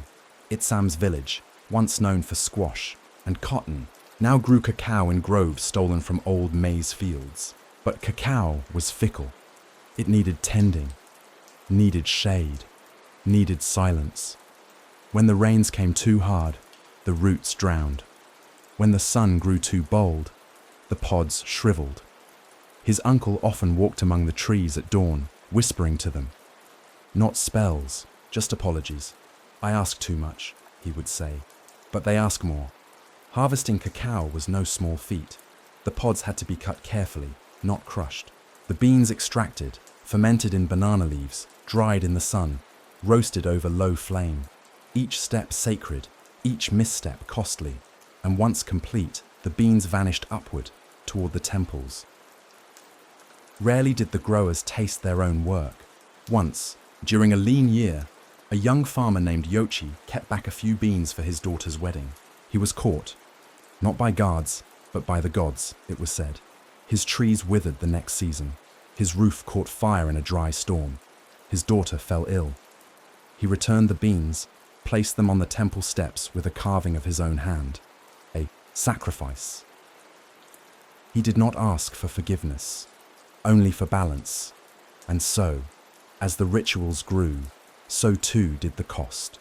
More cacao, more trees, more groves cut from sacred forest. And still, it was never enough. Cities competed to display more. Priests demanded rarer mixes. One court added crushed jade to the brew, another stirred it with golden spoons. The people whispered, "The gods drink better than kings." And yet, in the quiet huts, mothers still ground the beans for sacred moments. A birth, a prayer, a parting. They drank in clay cups, chipped and plain, their hands steady. And in those moments, the cacao was not currency. It was memory of earth, of bitterness, of survival. Long before the first temple rose above the trees, before the first stone was carved or maize was planted, the Maya looked to the stars and saw stories written in fire. They read the skies not as observers, but as descendants. For to the Maya, time was not a line, it was a spiral, coiling endlessly through cycles of creation and collapse, and we, mere mortals, were but echoes of lives lived before. Itzam had often listened to the old men speak of the suns. Not the sun he saw each morning, burning above the milpas, but the suns of the ages, the great epochs of the world, each born anew and destroyed in turn.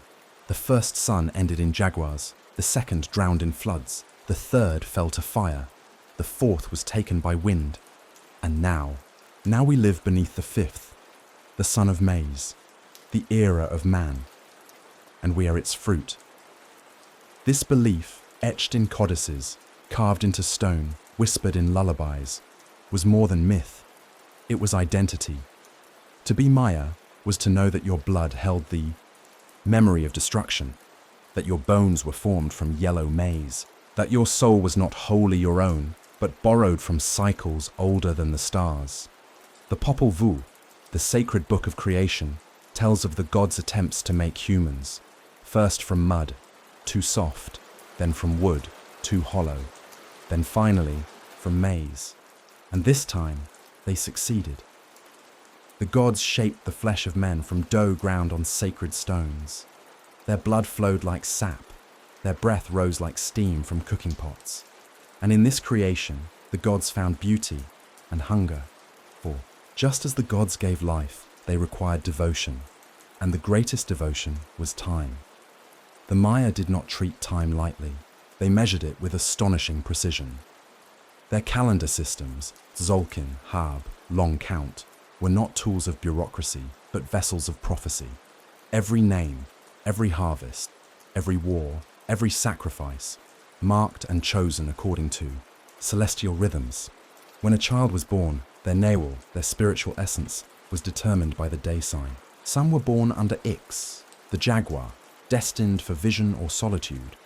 Others under Khan, the seed, bound to growth and wealth. A rare few came under Ajor, the Sun Lord, a heavy burden to bear. Itzam's nawal was Imix, the Water Lord, the sign of beginnings and chaos.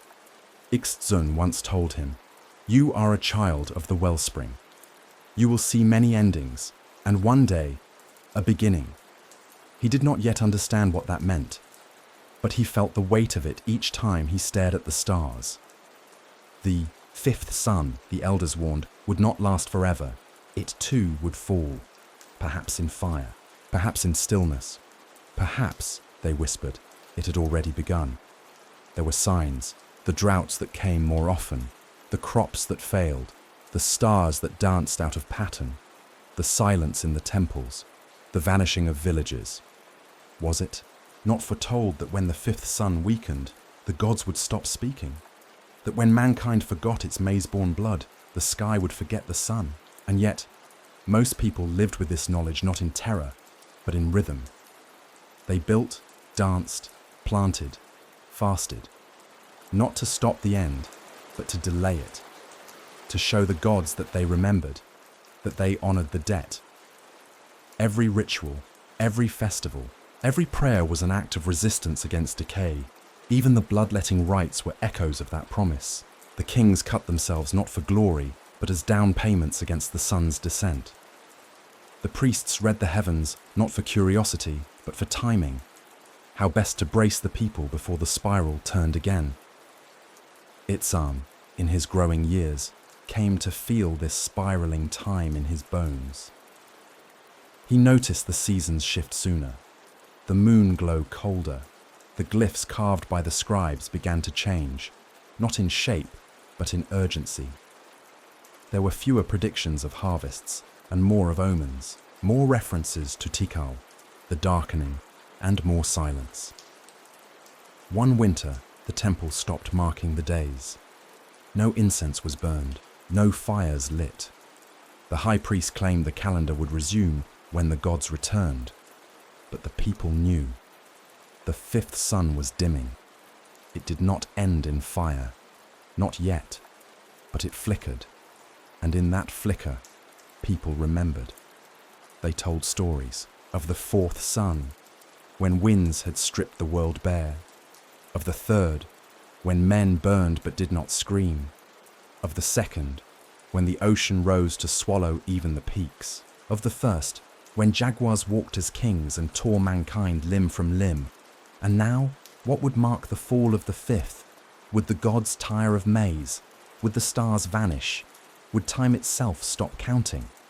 Itzam did not know, but he began to dream in spirals, of stepping stones that looped backward, of rivers that flowed into themselves, of days repeating, not because they were cursed, but because they were unfinished. He asked Ixtun once, in a quiet moment, "If we are of the fifth sun, what comes after?" She looked into the fire. "Perhaps," she said, "a world without gods." The idea frightened him more than storms or war, a world without gods. Then who would eat the offerings? Who would take the prayers? Who would mark the start of spring? "But perhaps," she continued, "that is the point. Perhaps the gods made us to see if we could walk without them, to remember without being reminded, to sow without being told, to rise even when the sky falls." And so, beneath the slow-turning stars, the Maya lived with the knowledge that their world was not permanent. They knew they were not the first, and they knew they would not be the last. But while the sun still rose, and the maize still grew, and the children still laughed, they would remember. They would honor the cycle, for they were children of the fifth sun, and even in fading light they would dance. Long before the first Spaniards set foot on the shores of the Maya world, before ink met paper in Europe's towers, the Maya had already taught stone to speak, not through idle scratches or crude symbols, but through a language of elegant glyphs, each one a breath of history, a pulse of belief, a name that defied forgetting. They called it tzib, writing, though to them it was more than that. It was voice preserved in silence, memory captured in the body of the earth. Itzam's grandfather was one of the few in their village who had once known the art, not as a scribe, but as a stone carrier for a temple carver. "I bore words," he would say, touching his old, crooked back, "though I never spoke them." He had carried limestone blocks from the quarry to the Stela courtyard of Yak's Mutal. There, in the blazing sun, scribes with obsidian blades and red ochre painted stories into permanence. He would sit and watch them work, lips moving silently as they carved. It was not just carving, he told Itzam. It was ceremony. Each glyph began as a vision, not just a sound, but a shape of power. The gods had names made of sky and fire. Kings had names that stretched into the underworld, and time itself had a face. The Maya writing system combined logograms, symbols for entire words, and syllabic signs woven into square blocks arranged in pairs. To the untrained eye, they looked like art. To those who knew the script, they told sagas of births, of wars, of eclipses, of dynasties rising and cracking like dry corn. Each city had its own scribes, highly trained, deeply trusted. They were not simply recorders, they were custodians of reality. What was not written did not exist, and what was carved into stone could not die. Itzam once saw a stela, half buried in the jungle. The vines had spared its face. The carving was centuries old, but still sharp. A king stood in profile, adorned in jade and feathers, 1 foot atop a kneeling captive. Beneath him, a string of glyphs told his name, his lineage, the date of his ascension. That day had passed more than 200 cycles ago, yet the stone still told it. That was the power of Tzib. But the cost of writing was great. Each stela took moons to carve. Each codex, made of bark paper coated in lime, was a work of laborious care, written with brushes of animal hair dipped in black and red. Only the most trusted scribes could touch them, and only the most important stories were recorded. For every king named in stone, 100 farmers vanished without a trace. For every war memorialized, 1,000 cries faded into jungle silence. Thus, Maya did not write everything. They wrote what mattered most, to them, and to the gods. Itzam once asked why his village had no stelae, no glyphs. His grandfather smiled sadly. Because we are the pages that burn. In the great cities, entire buildings were covered in inscriptions. Staircases told of battles. Lintels bore dreams. Even walls within tombs were marked. So the dead would not forget who they were. And yet, the dead often outlived the living. One summer, a drought forced many from their homes. Itzam's family walked for 3 days to a neighboring village that had a deep cenote. There, carved into the stone beside the water's edge, was a single glyph, the name of a woman long dead, and below it, an offering hand. She drowned herself, a local said, to bring back the rain. Her name had outlasted her bones. But even as the Maya carved their stories into stone, they feared what might happen if the stones stopped speaking. Glyphs were not immortal. Wind and rain wore them down. Moss erased what time could not. Trees split temples. Roots broke walls. And sometimes, the most dangerous enemy of the word was the ruler himself. A new king, seeking legitimacy, might deface the monuments of a rival. He would chip away faces, erase names, rewrite history in stone. The Maya had no single truth. They had 1,000 truths, each tied to the hand that carved. Scribes walked a narrow line. To displease a lord was to risk exile, or worse. A single mistake in a calendar glyph could cast doubt on a prophecy. One misplaced sign could offend a god. They carried obsidian not just for writing, but for cutting their own skin, offering blood in exchange for clarity. The act of writing was an act of devotion, and when the Great Collapse began, when cities emptied and rituals ceased, the scribes were among the first to disappear. Some fled, some stayed, carving until the tools dulled and the walls cracked. Some buried the last codices in secret places, hoping they might be found by future hands. Only 4 survived to the modern world. 4 out of thousands. All others were burned by time or fire. And so, the voice of the Maya world grew quieter. The stones still spoke, but fewer could listen. The glyphs remained, but the knowledge faded. Even Itzam, born to a family that once carried the words, could not read them. He would run his fingers over the curves and angles, feel their meaning beneath the skin, but he could not unlock their music. One night, under the light of a pale moon, he sat before a broken altar stone and whispered the only word he had ever carved, his sister's name. He had etched it into soft limestone with a bone awl. It was not elegant, it was not proper, But it was true, and that, he thought, was enough. For though the great stele may fall and the last codex may turn to dust, as long as someone speaks the name, the stone still speaks. And in the hush between breaths, the Maya remember. There are fires that warm, fires that cook, fires that guide the dead, and then there are fires that feed the sky. Among the ancient Maya, fire was never a mere element. It was alive, a breath, a mouth, a messenger. From the smallest household, hearth to the towering temple brazier, fire was the bridge between the visible and the divine. To light a flame was to open a path, and to feed it was to send gifts beyond the stars. But feeding fire came with a cost. Itzam had always known flame. His mother's hands, calloused and precise, built cooking fires that smoked low and steady. His father, when marking the solstice, lit 3 small bundles of dried reeds, one for each of the creator gods. And during feasts, the central plaza came alive with torches that danced like spirits in the dusk. Yet those flames were tame, domestic, almost gentle.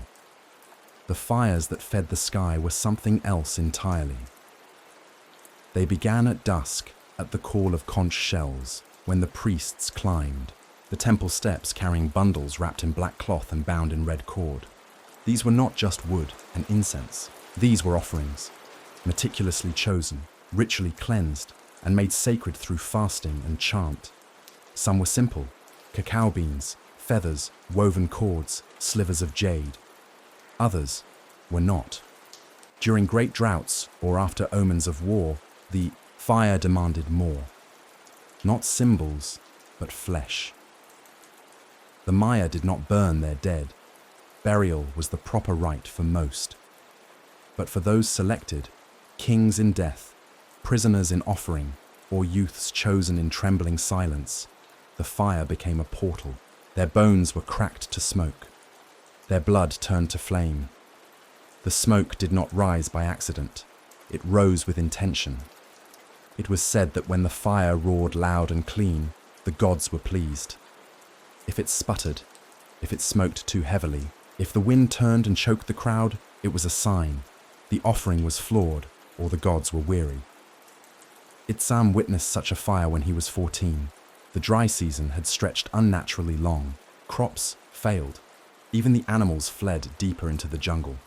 The priest declared it was time to burn a true gift, one born without blemish, untainted by sin. A girl was chosen, younger than him. Her hair was braided with marigold petals. Her eyes were bound with blue cloth. She did not cry. They built the pyre high, layered with cedar and palm, soaked in sacred resin. The crowd gathered in silence, not with cruelty, but with necessity. They believed this act would bring rain. When the fire took her, she made no sound. The smoke curled in strange spirals. The wind held still. The sky remained clear.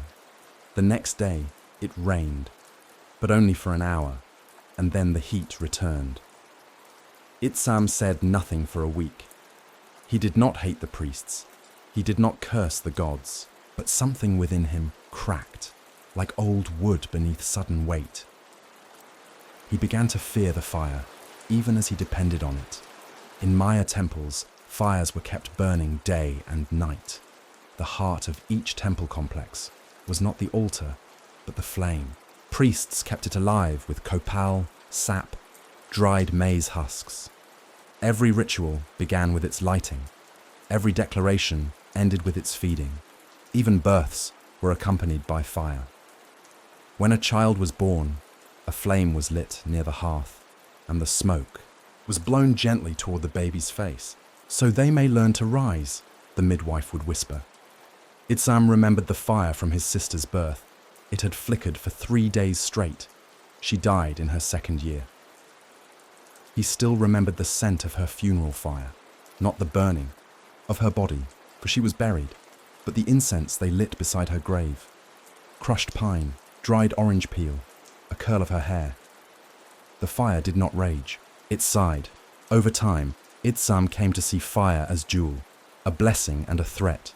It warmed his food, but stole the trees. It lit the plazas, but blackened the lungs. It brought rain, sometimes, but only when fed too well. And as the years passed, the fire grew hungrier. In cities like Copan and Naranjo, great ceremonial burns became competitions. Who could build the highest pyre? Who could feed it the rarest things?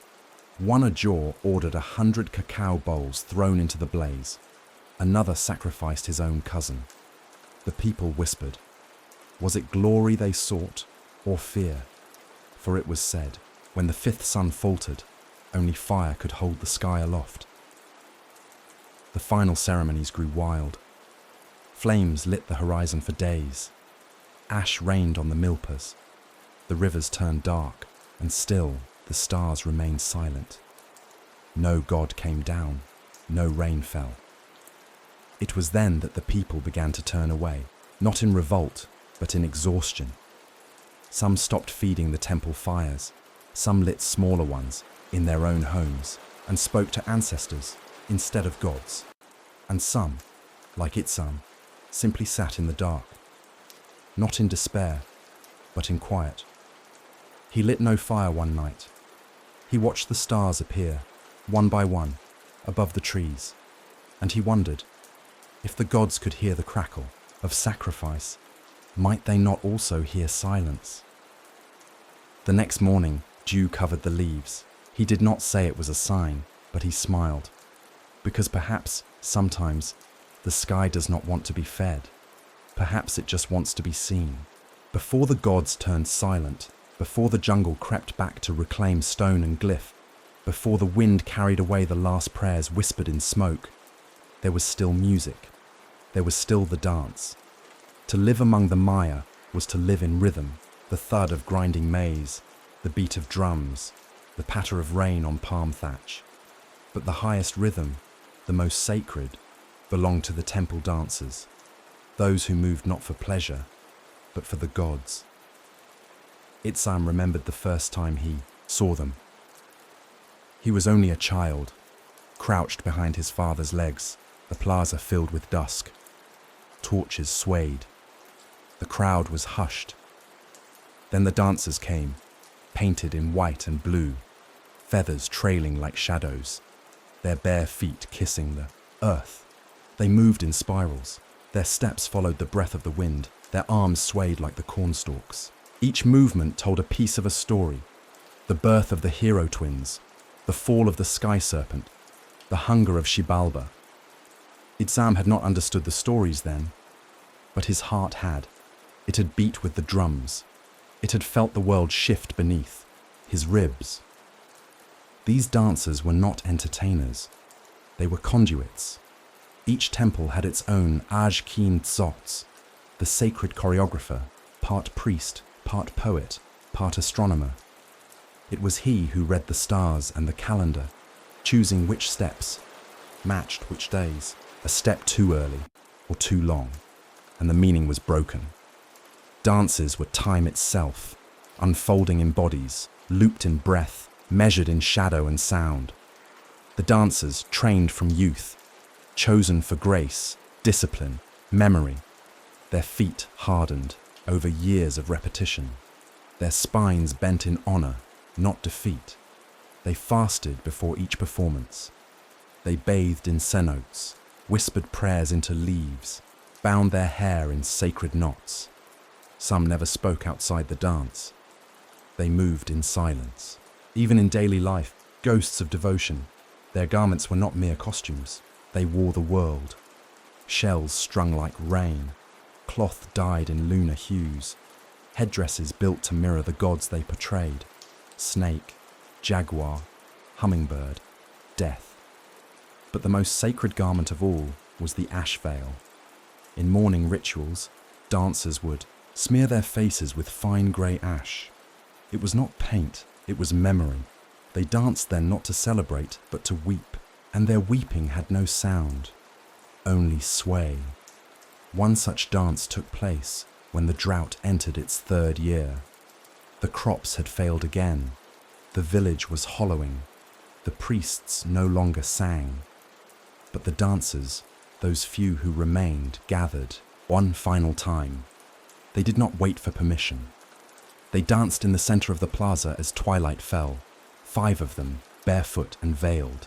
Their leader, a woman named Yalchan, moved like smoke over water. Her arms swept the sky, her spine bent like a river reed. The drums were soft that night.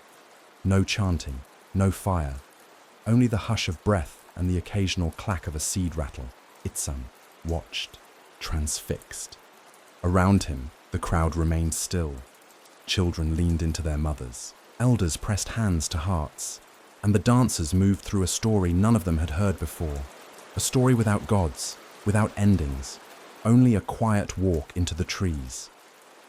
Some said it was a farewell, others, a warning, but no one interrupted. When it ended, the dancers placed their palms flat against the earth and bowed until their foreheads touched stone. Then they vanished into the dark. Yalchan never danced again.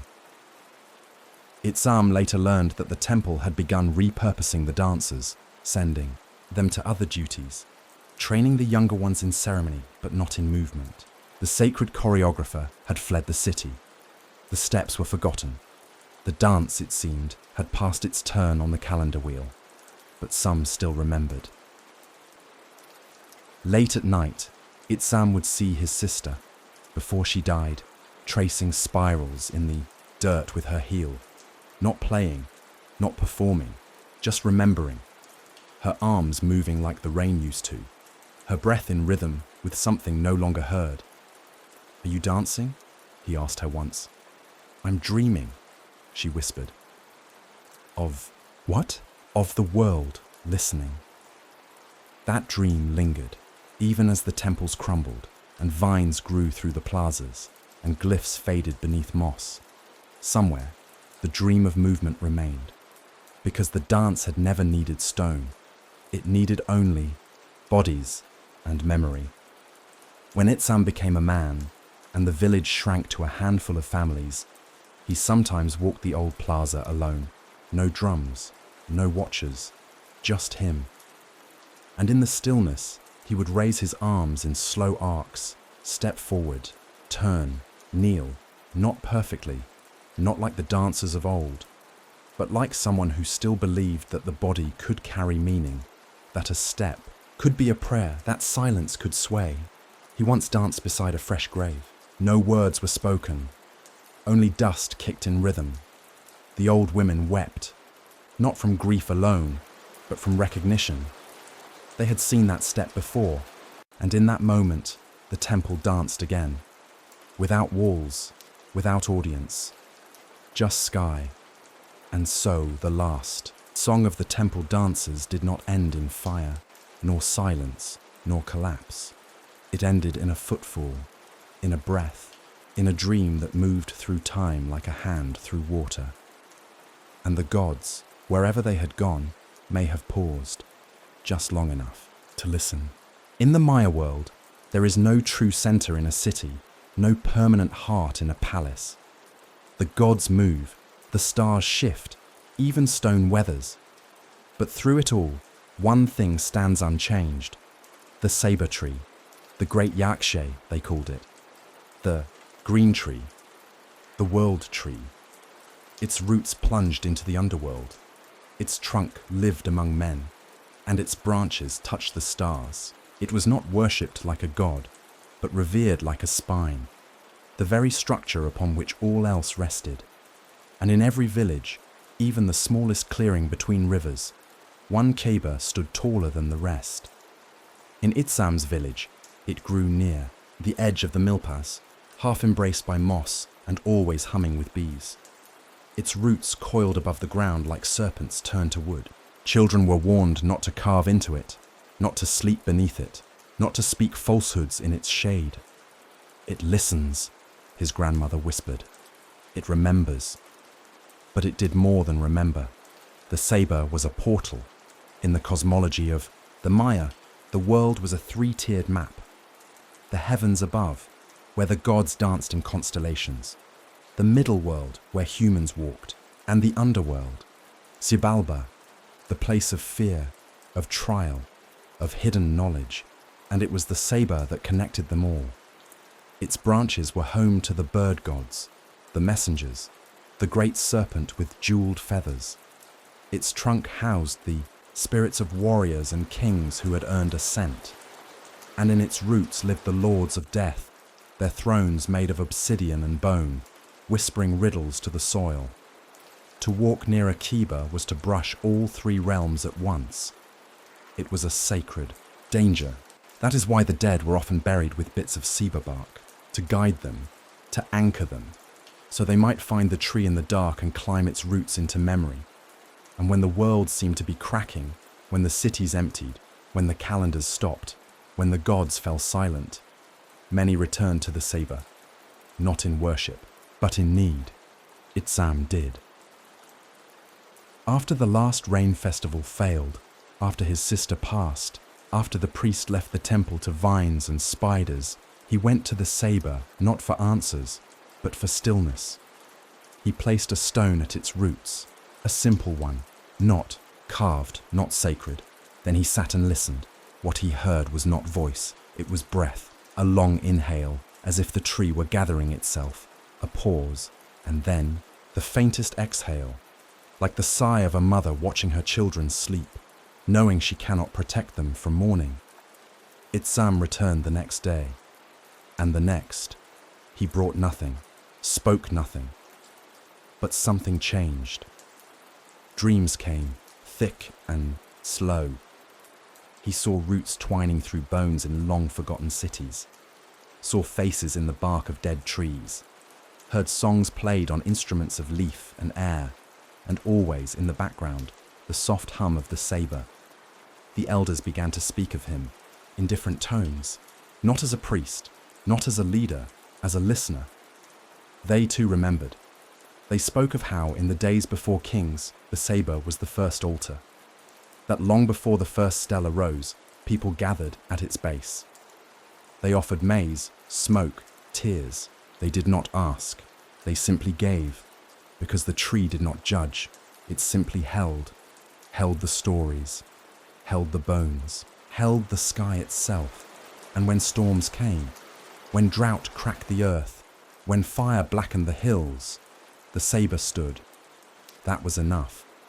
Some began leaving offerings again, not to gods, but to the memory within the tree. Small tokens, a feather, a bead, a child's drawing in charcoal. Itsam once found a carved glyph there, fresh and awkward. He traced it. A name. Tsunun. Hummingbird, likely a child lost to the fever. He placed a seed beside it. The next morning, ants had carried it away. A sign, perhaps, or simply life continuing. One night, lightning struck the ceiba. It split, the topmost branch. For days, the village feared, but the tree did not fall. Sap bled slowly down its trunk, thick and sweet, and from the wound, new leaves sprouted. The elders called it a message. The gods no longer speak, but the tree still does. And so, as temples crumbled, as languages faded, as calendars turned blank, the people returned to the saber. It did not demand blood, did not claim tribute, did not lie. It simply stood, a green pillar between what was, what is, and what may come. Itsam, now older, carved one word into the root, with his fingertip and patience. Still, he did not pray. He did not ask. He simply sat, his back against the bark, his breath slow, his eyes closed. And he felt at last, not alone, because beneath the skin of the saber tree, the Maya still lived. Not in temples, not in kings, not even in gods, but in the silence between roots, in the memory of leaves, in the stories too sacred for stone. When a civilization ends, it does not vanish like mist in the sun. It settles, layer by layer, beneath leaf and stone, beneath silence. And in that slow descent, choices are made, not just by those who study ruins, but by those who once lived. Among them, some things are buried, and some things are kept. The Maya understood this, perhaps more deeply than any people before or after, for theirs was not a culture of endings, but of cycles. When a city fell, when a dynasty broke, when a temple lost its voice, they did not always mourn in fire. They mourned in burial. But not all burials were for the dead. Some were for memory. Itsam first learned this from an old man named Chakte. He was blind in one eye and spoke with a rasp like dry leaves, but his hands were sure. He dug in silence, behind his hut, always returning with something. An old spindle, a carved bead, a sliver of jade blackened by time. These, he told Itsam, are not forgotten, just waiting. He showed him a jar once, sealed with pitch. Inside was a single codex page, half faded, but intact. Glyphs danced in curves across its surface, words Itsam could not read, but which made his chest ache. Why did they bury it? He asked. Chakte smiled. So you would find it. And so, Itsam began to see the land differently. Every mound was not a ruin, it was a vault. Every cracked pot might hold more than grain. It might hold a story. In the time of collapse, when cities emptied and priests scattered, the people chose what to hide and what to carry. They buried sacred objects in the roots of trees, in dry caves, in hollowed stone, not in panic, but in trust. They did not hide from the world. They hid for it, to protect knowledge from time, from fire, from misunderstanding, and they kept other things, not in soil, but in themselves. Songs. They sang differently now, softer, not in the plazas, but in the shade of hearths as they ground maize. Lullabies laced with the names of gods no longer called in public. Dances reimagined in footsteps across fields. Rituals disguised as habits. A child washed in river water before planting season. A stone kissed before grinding grain. A whisper to the full moon. The Maya did not resist change with swords. They resisted it with memory. When outsiders came, first as traders, then as strangers, then as invaders, they found a world quiet, but not empty. A world where temples had vines for pillars, but where old women still marked the solstice with a line of salt. They thought the Maya were gone. They could not see what had been kept. Language survived, though fragmented, in gestures, in proverbs, in the rhythm of speech passed from grandparent to grandchild. Even when the sacred script was no longer taught, its curves echoed in embroidery, in pottery, in the arc of a storyteller's hand. Itsam once sat beside a fire and watched an old woman tell the story of the Moon Lady, her hands weaving the air, and in the movement of her fingers, he saw glyphs, unwritten, unspoken, but there. He asked her if she knew the writing. She laughed. No, but my hands do. And then there were the buried names.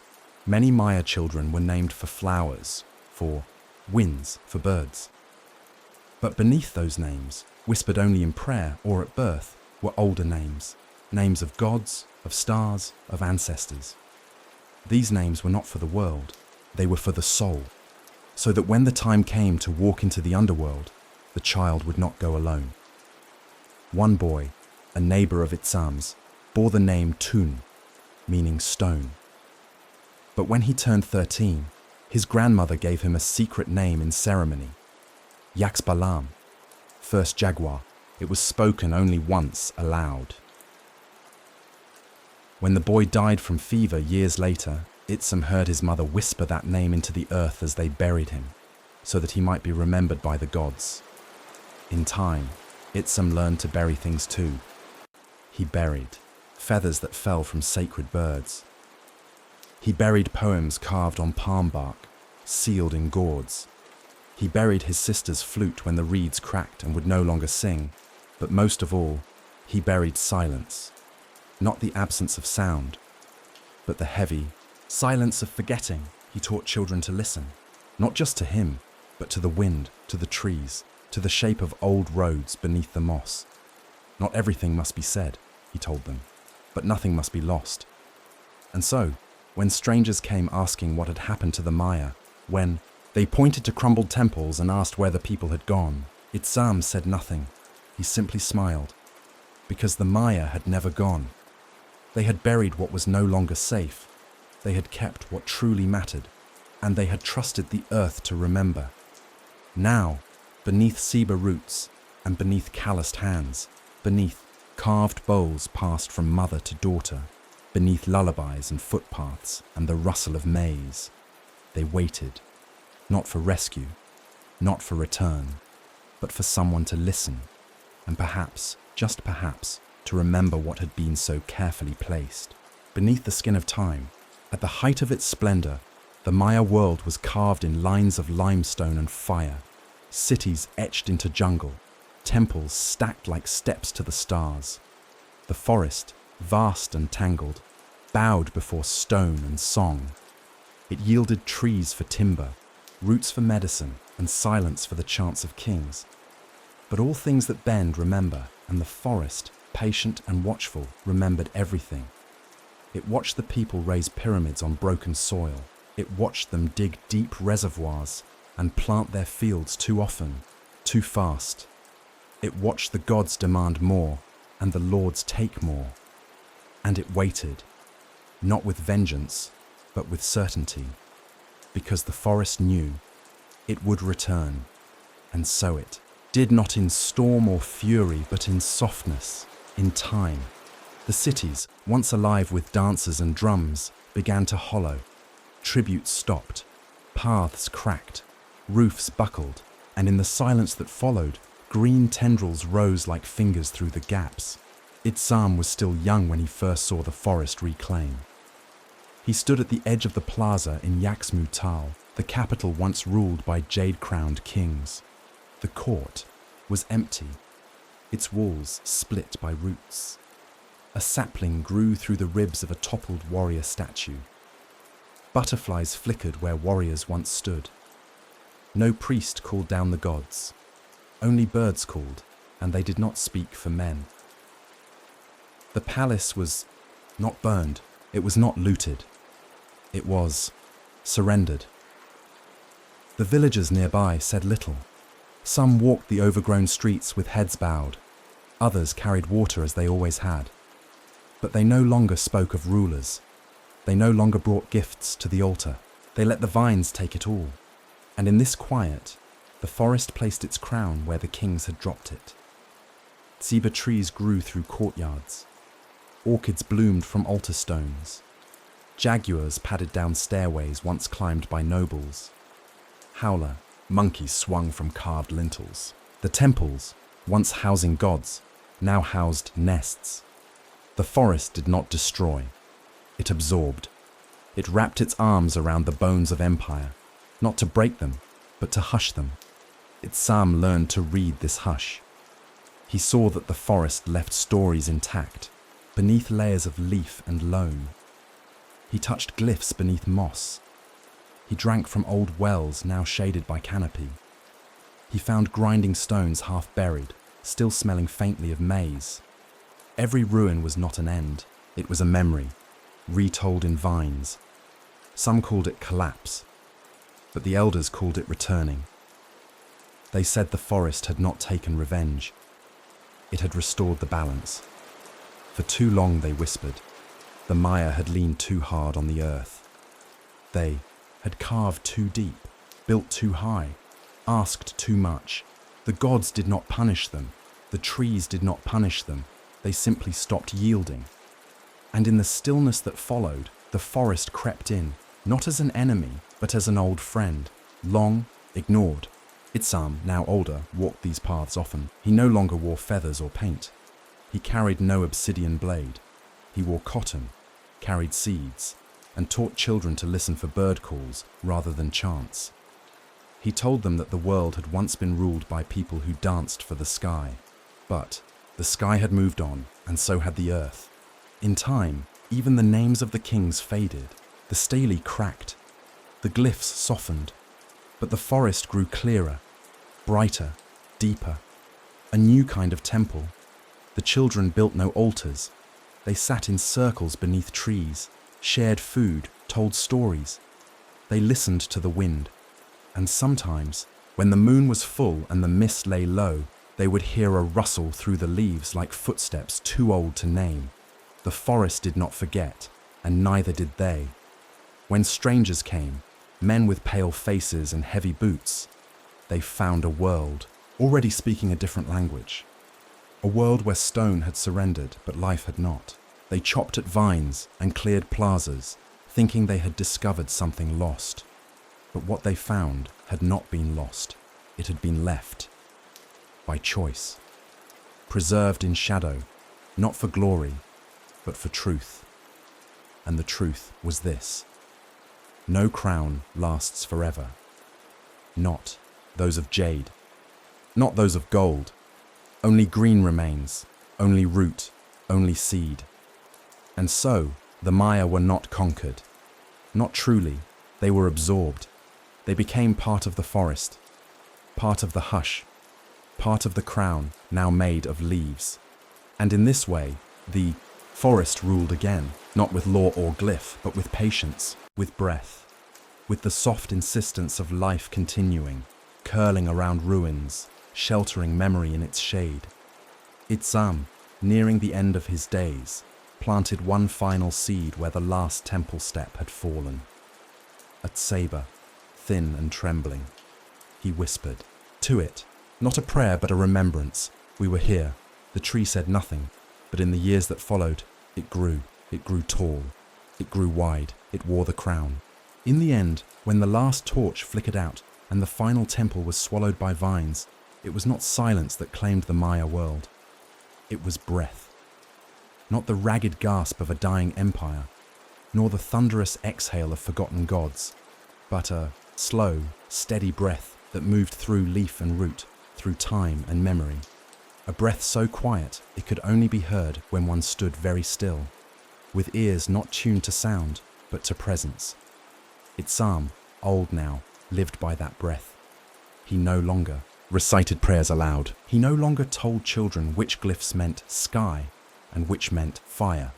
But he walked among the trees with a calm only the forest understood. He would stop and place his palm against bark, listen to the ants within, and nod, as if remembering something only he and the tree shared. He knew the breath was there. It was what endured after the stones cracked and the names eroded, what remained after kings lost their thrones and priests their visions, what whispered beneath the hush of twilight, and what lingered behind the lullabies hummed to children, too young to know why they stirred the soul. The Maya had not vanished. They had become breath. They were there in every grinding stone still used to press maize, in every pot mended with care instead of discarded, in the curve of a child's name echoing an ancestor's voice, in the rituals folded into daily life, not grand, not proclaimed, but repeated, unchanged. Itzam's breath had slowed over the years, but it had deepened. He breathed with the forest, with the soil, with the generations before him. Each inhale was not just air, but memory of his sister's laugh, of the dancer's final spiral, of the moment a stela fell and no one lifted it again. He had seen empires crumble and trees rise in their place. And yet still, people gathered when he spoke, not to hear stories of kings, but to feel what could not be said. The world, he told them once, seated by the saber, is not kept by walls. It is kept by breath. They did not understand at first, but they listened. He taught them to listen, too. Not for gods or prophecy, but for the rhythm beneath things, the pause between winds, the stillness before a bird calls, the moment a seed splits underground. That is where the Maya lived now, not in stone, not in shadow, but in stillness, in breath. The children began to carry his teachings differently. They carved no new glyphs, they built no new pyramids, but they learned to walk the old paths with reverence, to ask questions without rushing for answers, to sit by graves not to mourn, but to remember. When Itsam felt the last season of his life pressing in like dusk, he prepared nothing elaborate. He gathered no relics. He summoned no chants. He simply sat beneath the ceiba he had planted as a boy, a tree now vast, with roots that had split old stone and leaves that swayed even when the air was still. He touched the trunk once, closed his eyes, and exhaled. That was his final prayer. That breath. They found him the next morning still seated, his face turned toward the dawn, his body still warm, his chest still at last. There was no great ceremony, only those who knew how to listen. They wrapped him in woven cloth dyed the color of clay and ash. They buried him in silence, not absence, but deep presence, beneath the ceiba, where roots might one day reach his bones. The wind moved through the leaves, and the children sat nearby, some whispering stories, some just breathing. They did not need words. Itsam had already given them everything they needed. Time passed. More trees grew, more paths vanished. Outsiders came, drawn by moss-covered temples and broken staircases. They took notes, drew maps, asked questions. What happened here? They asked. But the jungle did not answer. The stones, covered in lichen, said nothing. Only those who knew the rhythm of the land could feel it. The soft, unending breath beneath all things. It was in the lull before the rain falls, in the hush when fire dies, in the touch of palm against earth, in the child who hums an old melody with no memory of where it came from. The Maya had never left. They had become the breath that remains, invisible, indestructible, alive. So if you walk one day beneath trees so tall they seem to hold up the sky, and if you find yourself pausing, unsure why your steps slow or your heart quickens, listen, beneath the leaves, beneath the silence, beneath your own breath. They are still there, watching, waiting, not for resurrection, not for glory, but for someone to breathe with them, to remember not just with mind or voice, but with life. For in every breath that carries on the rhythm of care, of wonder, of balance, the Maya continue, not in books, not in ruins, but in you, and in the breath that always was, and always will be.